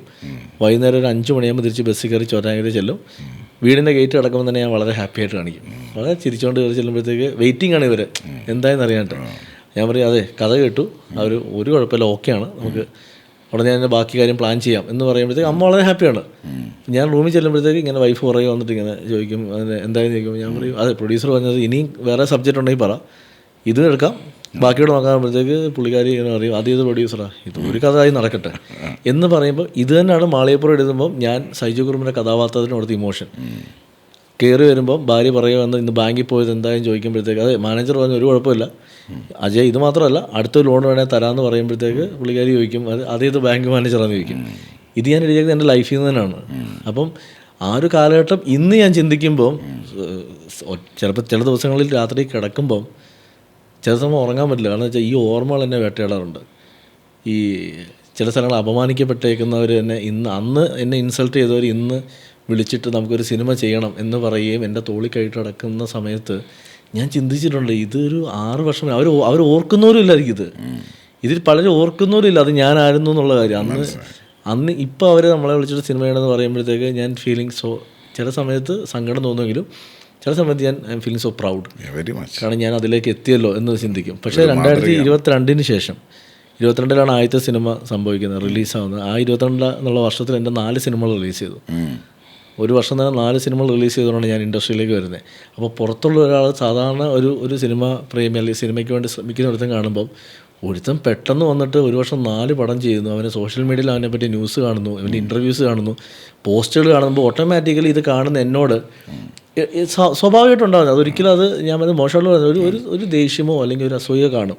പക്ഷെ അവർ മനസ്സിലാക്കാത്ത 10 കൊല്ലത്തോളം എൻ്റെ ജീവിതത്തിൽ ഞാൻ എല്ലാം മാറ്റിവെച്ച്, എൻ്റെ കുടുംബത്തെ മാറ്റി നിർത്തി, എൻ്റെ കുട്ടികളുടെ ഒപ്പം ഞാൻ കഴിയേണ്ട നല്ല സമയം അല്ലെങ്കിൽ അവരുടെ ചെറുപ്പം പോലും എനിക്ക് അടുത്തിരിക്കാൻ പറ്റാതെ ഞാൻ സിനിമയ്ക്ക് വേണ്ടി ഇറങ്ങി ശ്രമിച്ചിട്ടാണ് എൻ്റെ 36-ാം വയസ്സിൽ ഞാൻ എൻ്റെ സിനിമ ചെയ്യുന്നത്, ആദ്യ സിനിമ ചെയ്യുന്നത്. ആ യാത്രയോ ആ ഇമോഷൻസോ ആ പെയിനോ അത് മറ്റാരുടെയും അവർക്കത് അറിയേണ്ട ആവശ്യമില്ല. പക്ഷെ അത് എനിക്കങ്ങനെ ഒരു പെയിൻ വന്നുകൊണ്ടാണ് ഞാൻ ഇന്നിവിടെ നിൽക്കുമ്പോൾ അഭിലാഷ് പിള്ളേ ഇപ്പം ചേട്ടൻ കുറച്ച് മുന്നേ പറഞ്ഞ സോഷ്യൽ മീഡിയയിൽ ഈ അറ്റാക്ക് കാണുമ്പോൾ തുടക്കത്തിൽ എനിക്ക് സങ്കടം തോന്നിയത്. ഇപ്പം എനിക്ക് മനസ്സിലായത് ആ അറ്റാക്ക് പോലും ഞാനൊരു ബ്ലെസ്സിങ് ആയിട്ട് കരുതുന്നത്. കാരണം എന്താ വെച്ചാൽ അങ്ങനെ അറ്റാക്ക് ചെയ്യണമെങ്കിൽ ഐ ആം സംതിങ് എന്നൊരു തോന്നൽ എനിക്ക് വന്നു തുടങ്ങി. ഇല്ലെങ്കിൽ വെറുതെ റോഡിൽ കൂടെ പോകുന്ന അറ്റാക്ക് ചെയ്യില്ലോ കേട്ടോ. മനസ്സിലായി. മാവിൽ മാങ്ങ ഉണ്ടെങ്കിലല്ലേ. അല്ല, അപ്പം ഞാൻ അങ്ങനെ വിശ്വസിക്കാൻ തുടങ്ങി. അപ്പം എനിക്ക് ആ സങ്കടമില്ല. ഇപ്പം മലയാളത്തിലൊരു വലിയ നടൻ മണ്ടയടച്ച മാവിലാരും അറിയത്തില്ല, ഉറപ്പ് ഒരിക്കലും ചെയ്യല്ലോ. മലയാളത്തിലൊരു വലിയ നടൻ എൻ്റെ അടുത്ത് തന്നൊരു ഉപദേശമുണ്ട്. എൻ്റെ അടുത്ത് തന്നൊരു ഉപദേശമാണ്, എന്ന് സോഷ്യൽ മീഡിയയിൽ നിന്നെപ്പറ്റി ആരെങ്കിലും ഒരു പോസ്റ്റ് ഇടുന്നത് നിൽക്കുന്നോ അന്ന് നീ ചിന്തിച്ചോണം നീ ഫീൽഡ് ഔട്ടായി. അതുവരെ ഡെയിലി നമ്മളെപ്പറ്റി 4 പേര് തെറി പറയാനോ എന്തു ഇട്ടോട്ടെ, അതിനർത്ഥം നമ്മൾ ഫീൽഡിലുണ്ട്. അതുകൊണ്ട് സങ്കടപ്പെടേണ്ടത് അങ്ങനെ തന്നെ ഇരുന്നോട്ടെന്ന് പറയും. അതുപോലെ ഇപ്പം സുമതിവളവ് റിലീസായി ആദ്യത്തെ ദിവസം അപ്പോൾ ഒരു വിഭാഗം ആളുകൾ സ്വാഭാവികമായിട്ട് ഉണ്ടാകുന്ന പോലത്തെ ഒരു അറ്റാക്ക് ഉണ്ടായി. അപ്പോൾ എനിക്ക് ഭയങ്കര സങ്കടം തോന്നി. കാരണം വെച്ചാൽ അതൊരു ഫാമിലി, കുട്ടികൾക്ക് വേണ്ടിയും ഫാമിലിക്ക് വേണ്ടി ഒരുക്കിയൊരു പരിപാടിയാണ്. അത് ഇഷ്ടപ്പെടുന്ന ഒരുപാട് പേരുണ്ട്. എനിക്ക് നന്നായിട്ടല്ല, അത് ഫാമിലിക്ക് ഇഷ്ടപ്പെടും. സെക്കൻഡ് ആയപ്പോൾ തന്നെ ഈ ഒപ്പീനിയൻ മാറി ഫാമിലി വന്നു തുടങ്ങി. പടം ഹിറ്റിലേക്ക് പോകുന്നൊരവസ്ഥയിലേക്ക് പോകുന്ന സമയത്ത് ഞാൻ ഈ അറ്റാക്ക് കണ്ടപ്പോൾ ഒരു സങ്കടം തോന്നിയിട്ട് ഞാൻ നമ്മുടെ രാജുവേട്ടന് ഒരു മെസ്സേജ് ഇട്ടു. ഇങ്ങനെ രാജുവേട്ടൻ ഞങ്ങൾ റെഗുലറായിട്ട് ഞാൻ എന്ത് കാര്യം ഉണ്ടെങ്കിലും ഷെയർ ചെയ്യുന്ന ഒരു ആർട്ടിസ്റ്റാണ് രാജുവേട്ടൻ. ഞാൻ രാജുവേട്ടൻ മെസ്സേജ് ഇട്ടു, ചേട്ടാ ഭയങ്കര വിഷമം തോന്നുന്നു, ഭയങ്കരമായിട്ടൊരു സോഷ്യൽ മീഡിയ അറ്റാക്ക് കാണുന്നു പറഞ്ഞു. പുള്ളി എനിക്ക് റിപ്ലൈ ഇട്ടു. എൻ്റെ ലൈഫിൽ ഭയങ്കര മോട്ടിവേഷനാണ്. പുള്ളി പറഞ്ഞ് ശീലമില്ലാത്തതുകൊണ്ടാണ്, ശീലമാകുമ്പോൾ അത് മാറിക്കോളൂ സങ്കടം. സോ അതിനെപ്പറ്റി ചിന്തിച്ചുകൊണ്ടിരിക്കാതെ നിൻ്റെ ജോലി നീ ചെയ്തു, പ്രൊമോട്ട് ചെയ്യുക, പടം ഓടിക്കോളൂ എന്ന് പറഞ്ഞു. സത്യം പറഞ്ഞാൽ അത് എനിക്ക് ഭയങ്കര കോൺഫിഡൻസ് ആയിരുന്നു അന്ന് ആ മെസ്സേജ്. നെക്സ്റ്റ് ഡേ ആയിട്ട് ഞാൻ വീണ്ടും എല്ലാ ആർട്ടിസ്റ്റുകളും ഇറക്കി ഞങ്ങൾ തിയേറ്റർ പ്രൊമോഷൻ വന്നു. പടം നല്ലൊരു ഹിറ്റിലേക്ക് പോകുന്നൊരു മൊമെൻറ്റിൽ ഞാൻ രാജുവിൻ്റെ മെസ്സേജ് ഇട്ട് താങ്ക്സ് പറയുന്നുണ്ട്. എന്തിനാണെന്ന് വെച്ചാൽ നിങ്ങൾ അന്ന് എന്തോ തിരക്കിലിരുന്ന് അയച്ചൊരു സാധാ മെസ്സേജ് എന്നെ സംബന്ധിച്ച് അതെനിക്ക് ലൈഫിലൊരു വലിയ മോട്ടിവേഷൻ ആയിരുന്നു കേട്ടോ. മനസ്സിലായി. അപ്പോൾ ഞാൻ അതിനുശേഷം നേരിട്ട് പോയി കണ്ടിട്ട് ഞാൻ പറഞ്ഞു, അന്ന് ചേട്ടൻ മെസ്സേജ് അയച്ചിട്ട് ഞാനും ചിലപ്പോൾ അവിടെ തളർന്നിരുന്നതിന്. പുള്ളി പറഞ്ഞു പുള്ളിയൊക്കെ തരുന്നൊരു അഡ്വൈസ് ഭയങ്കര, അവർക്കിത് ഫേസ് ചെയ്ത് വന്നവരാണ് പണ്ട് മുതൽ. ഒരുപാട് ടോർച്ചർ ഇന്നും അതിന് കുറവുണ്ടോ. അപ്പം ഞാൻ ചെയ്യുന്ന ചേട്ടാ ഈ സോഷ്യൽ മീഡിയ എന്ന് പറയുന്നത് ആരുടെയും തറവാട്ട് സ്വത്തൊന്നുമല്ല, തന്തയുടെ വകയല്ല, ഒന്നുമല്ല. അത് അത്രയും പച്ചയ്ക്ക് ഞാൻ പറയാത്തതുകൊണ്ട് ഞാൻ ഇതിനെ പറഞ്ഞ. അപ്പോൾ അതിൽ ആർക്കും എന്തും എഴുതിയിടാം, ഒരു കുഴപ്പമില്ല, ആർക്കും എന്തും എഴുതിയിടാം. പക്ഷേ ഈ എഴുതിയിടുന്നത് ചിന്തിക്കേണ്ട ഒരു കാര്യമുണ്ട്. അപ്പുറത്തിരിക്കുന്ന ആൾക്കും ഒരു കുടുംബമുണ്ട്, അവർക്കൊരു മനസ്സുണ്ട്, അവരും മനുഷ്യരാണ് എന്നൊരു ചിന്ത ഇല്ലാതെ ഇടുമ്പോൾ ഞാൻ ചിന്തിക്കുന്നത് അപ്പുറത്തിരിക്കുന്നവൻ മനുഷ്യനാണോ എന്നെനിക്ക് തോന്നിപ്പോറുണ്ട്. അല്ലല്ലോ, ഞാൻ പറയും നിങ്ങളൊക്കെ അവിടെ തന്നെ ഉണ്ടാവണം, ഇനി എഴുതണം, നിൻ്റെയൊക്കെ സമയം ഞങ്ങൾക്ക് വേണം, ഇരുന്ന് എഴുതണം. അതിനുവേണ്ടി നമുക്കൊരു സാധനം കൂടെ കഴിച്ചുകൊണ്ട് കണ്ടിന്യൂ ചെയ്യാം. അണ്ണാ എള്ളുണ്ട ഇടണ്ണ.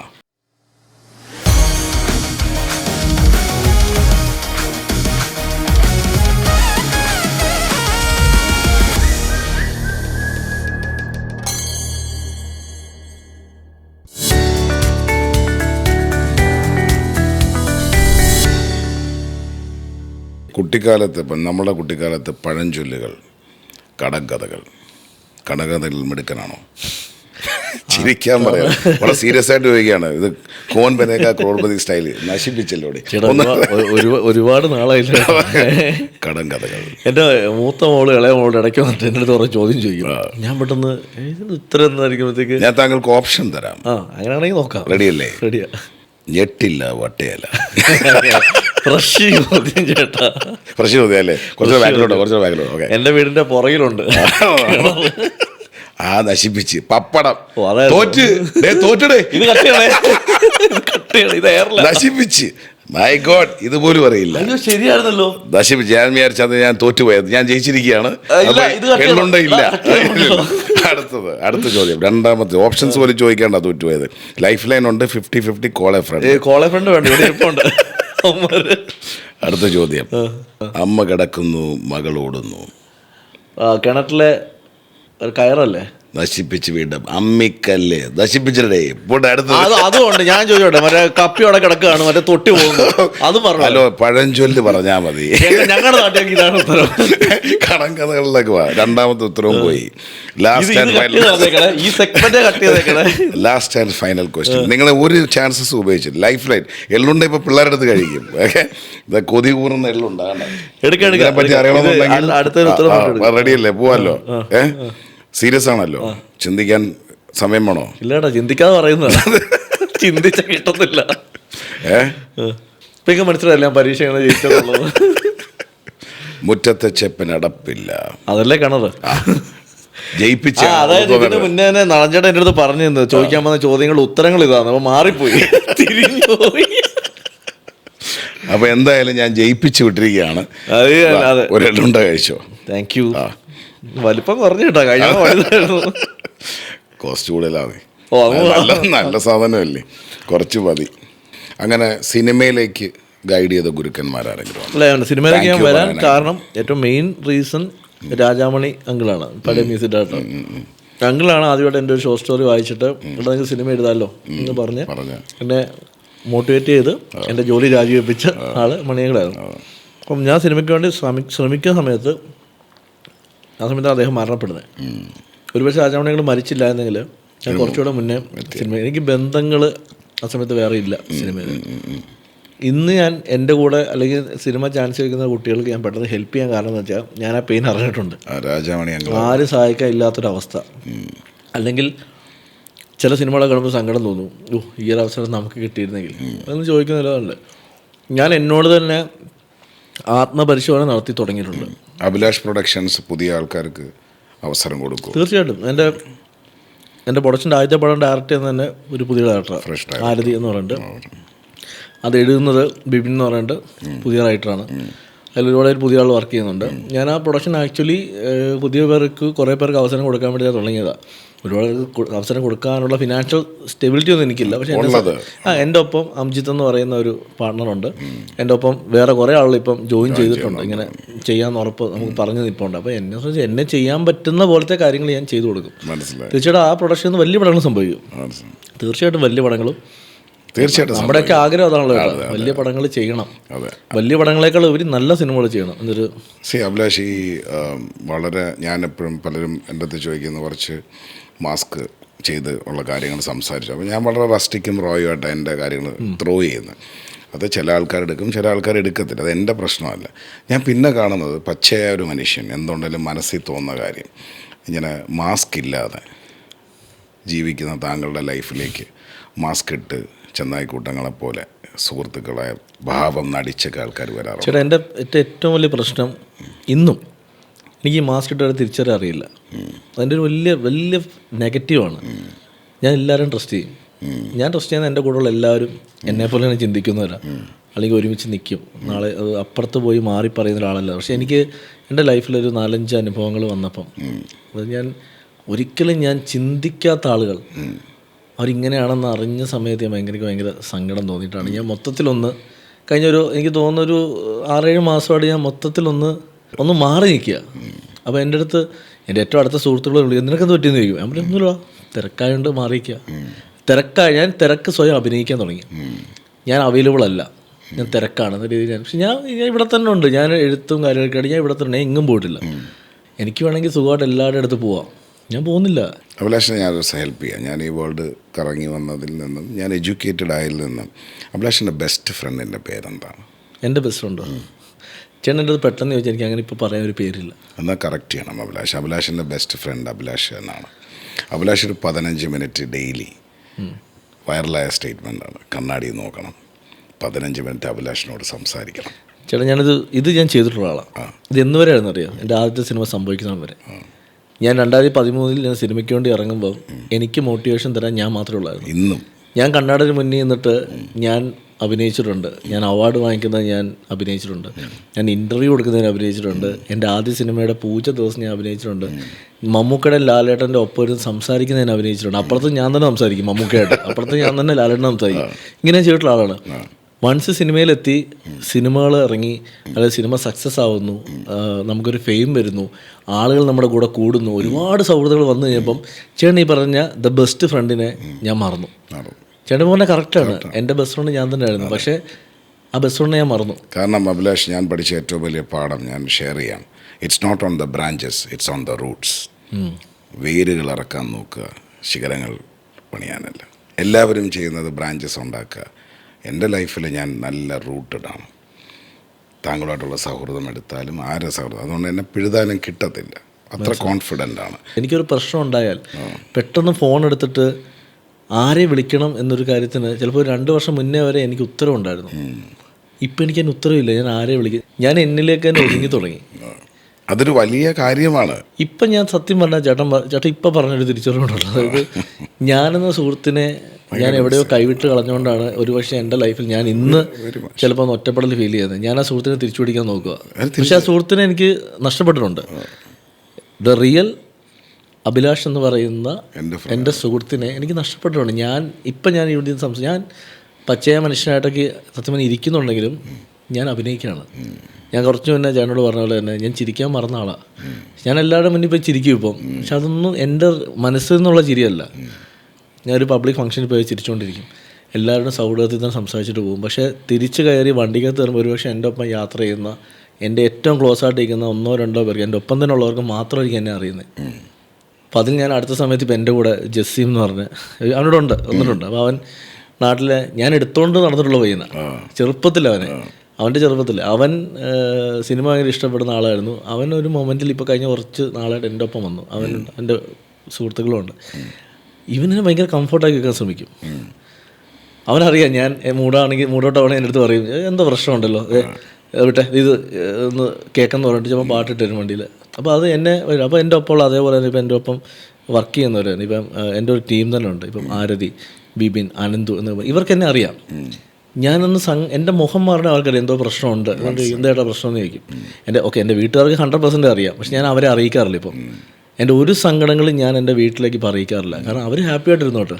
സോഷ്യൽ മീഡിയയിൽ അറ്റാക്ക് വരുമ്പോഴും ഞാനിത് അവരിലേക്ക് അറിയിക്കാറില്ല. കാരണം എൻ്റെ അച്ഛനും അമ്മയൊന്നും സോഷ്യൽ മീഡിയയിൽ ഇല്ല. ആകെ ഇതിൽ ആക്റ്റീവായിട്ടുള്ളത് ഭാര്യയാണ്. മൂത്ത മോള് ചിലപ്പോൾ അവളുടെ വൈഫിൻ്റെ അക്കൗണ്ട് വഴിയായിരിക്കും കയറി കാണുന്നത്. പക്ഷെ മൂത്ത മോളൊക്കെ എന്നെ വിളിച്ച് പറയുന്നത് ഭയങ്കര രസമായിട്ടാണ്. അവൾ ഇതിനൊക്കെ വേറെ ലെവൽ എന്നെ മോട്ടിവേറ്റ് ചെയ്യും. അപ്പം ഞാൻ വയ്ക്കും പിള്ളേർക്കൊക്കെ നമ്മളെക്കാട്ടിലും തിരിച്ചറിവാണല്ലോ എന്ന് പറയും.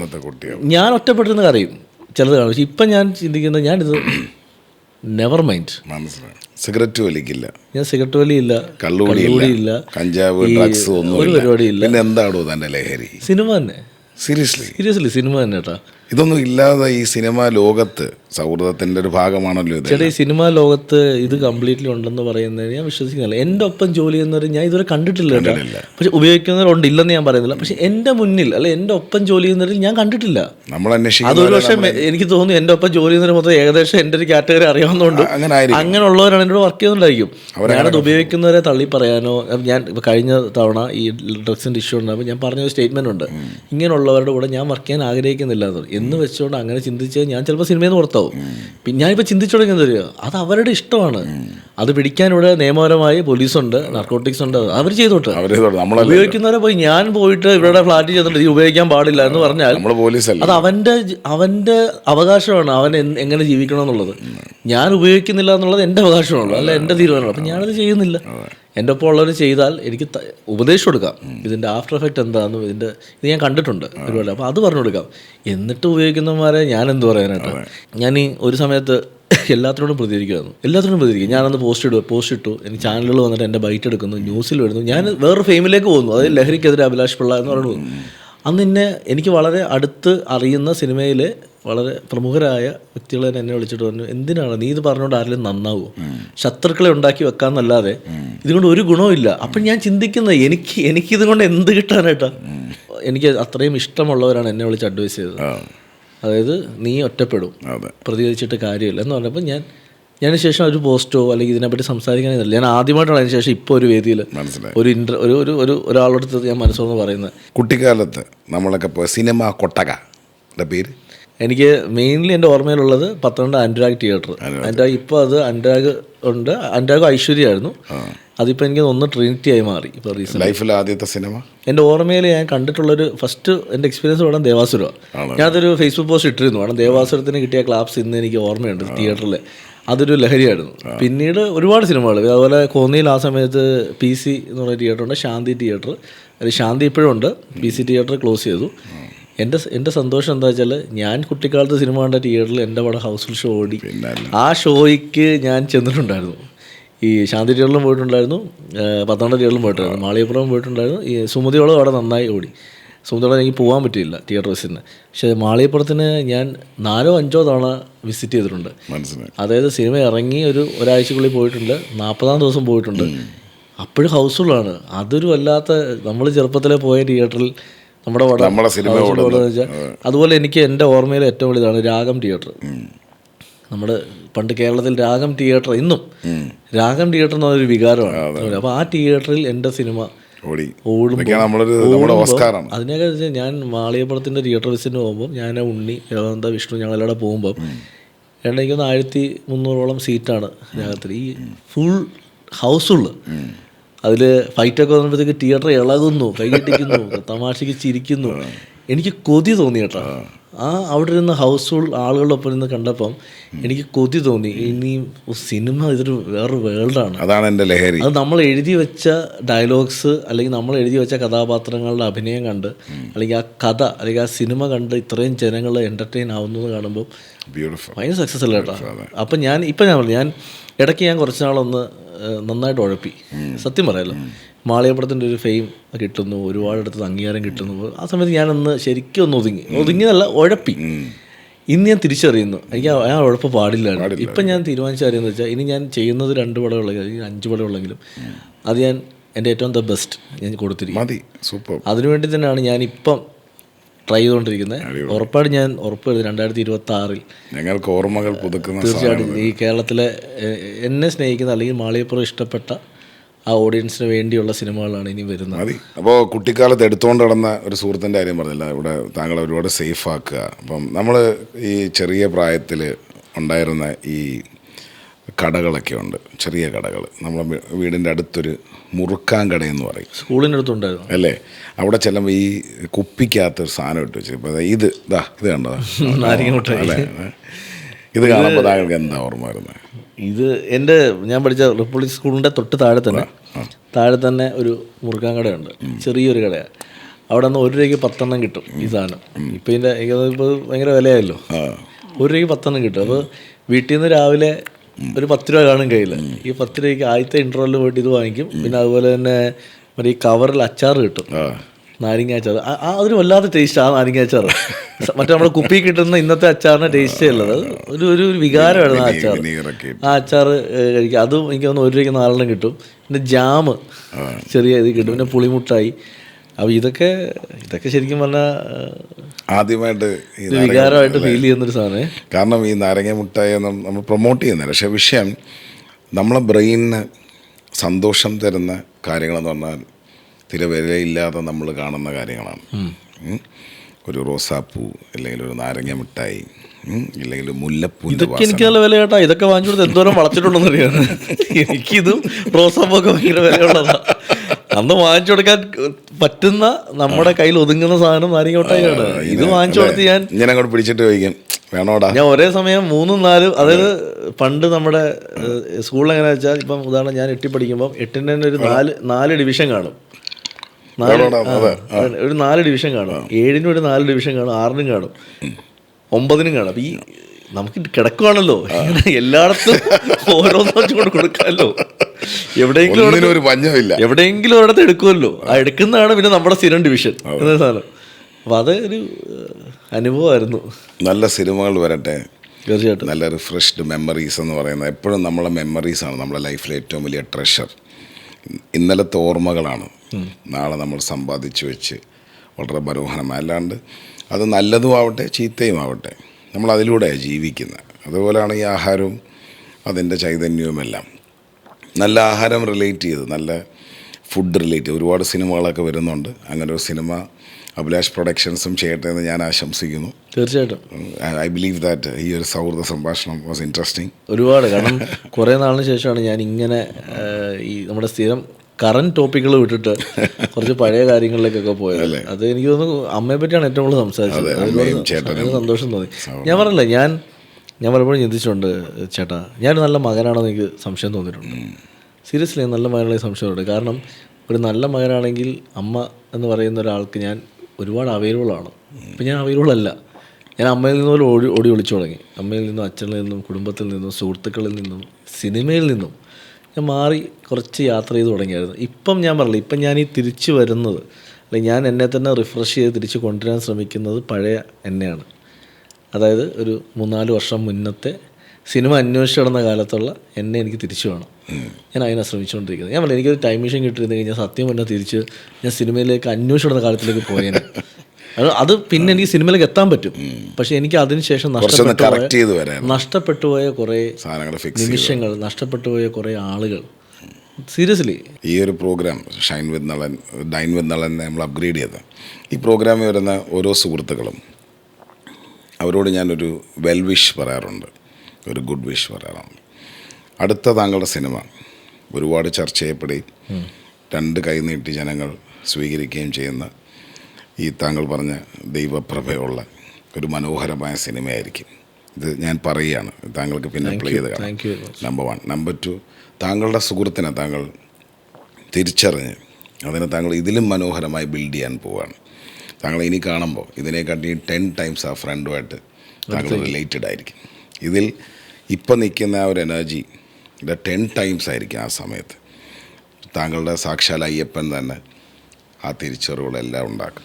പിന്നെ അയ്യപ്പനും നമ്മളുമായിട്ടുള്ള ഏറ്റവും വലിയ ഒരു ബന്ധത്തിൽ നമുക്ക് ചിന്തിക്കാവുന്നൊരു കാര്യം, അയ്യപ്പന് കൊടുത്തതും കിട്ടിയതുമായിട്ടുള്ള പണി ലൈഫിൽ നമുക്കൊന്നും ആരും തന്നിട്ടില്ല ഇതുവരെ. ഉറപ്പായിട്ടില്ല. എന്നിട്ടും അയാളാണ് താങ്കളുടെ സൂപ്പർ ഹീറോ അല്ലേ? കിട്ടിയ പണിക്കൊക്കെ തിരിച്ച് പണി കൊടുക്കുന്ന ശീലമല്ല കേട്ടാ, അങ്ങനെ വാങ്ങിച്ചുകൊണ്ട് നമ്മളങ്ങ് പോകും. അതെ. അപ്പോൾ ആ സൂപ്പർ ഹീറോയെ വിശ്വസിക്കുന്ന താങ്കളൊരു സൂപ്പർ ഹീറോ ആടൂ. Just wait and watch. ഞാൻ ഒരാളുടെ മുന്നിൽ സൂപ്പർ ഹീറോ കേട്ടാ, എനിക്ക് ഭയങ്കര സന്തോഷമുണ്ട്. ആരുടെ മുന്നിൽ അറിയാം, എൻ്റെ മോളുടെ മുന്നിൽ. അവളെപ്പോഴും പറയും, ഞാൻ പറയും അത് മതി. അവളെപ്പോഴും പറയും എൻ്റെ സൂപ്പർ ഹീറോ അച്ഛനാന്ന് പറയും, മൂത്ത മോള്. Very happy. മോളുടെ പേര് വൈഷ്ണവി. അച്ഛൻ ഒരു എക്സ്ട്രാ സൂപ്പർ ഹീറോ ആണ്. ഒരുപാട് സൂപ്പർ ഹീറോകളെ ഞങ്ങൾക്ക് സമ്മാനിക്കാൻ പോകുകയാണ്. അത് തിരിച്ചറിവുകൾ ഉണ്ടാക്കി തരാണ്. ഇതുവരെ നമുക്കറിയാവുന്ന ഹീറോസിനെ തന്നെ സൂപ്പറാക്കി കാണിക്കുന്ന ഞങ്ങൾ അഭിലാഷ് ഷൂട്ടിന് thank you so much for being here. ഒരുപാട് സന്തോഷം ചേട്ടൻ ഇൻവൈറ്റ് ചെയ്തതിനും ചെയ്യേണ്ട ഒരു ഷോയിൽ വന്നിങ്ങനെ ഇരിക്കാൻ പറ്റിയതും, അതായത് മാസ്ക് ഇല്ലാതെ സംസാരിക്കാൻ പറ്റിയതിലും ഒരുപാട് സന്തോഷം. Thank you so much. അപ്പം ഷൈൻ വിത്ത് നളൻ. അപ്പോൾ അടിപൊളിയാവട്ടെ. ബൈ.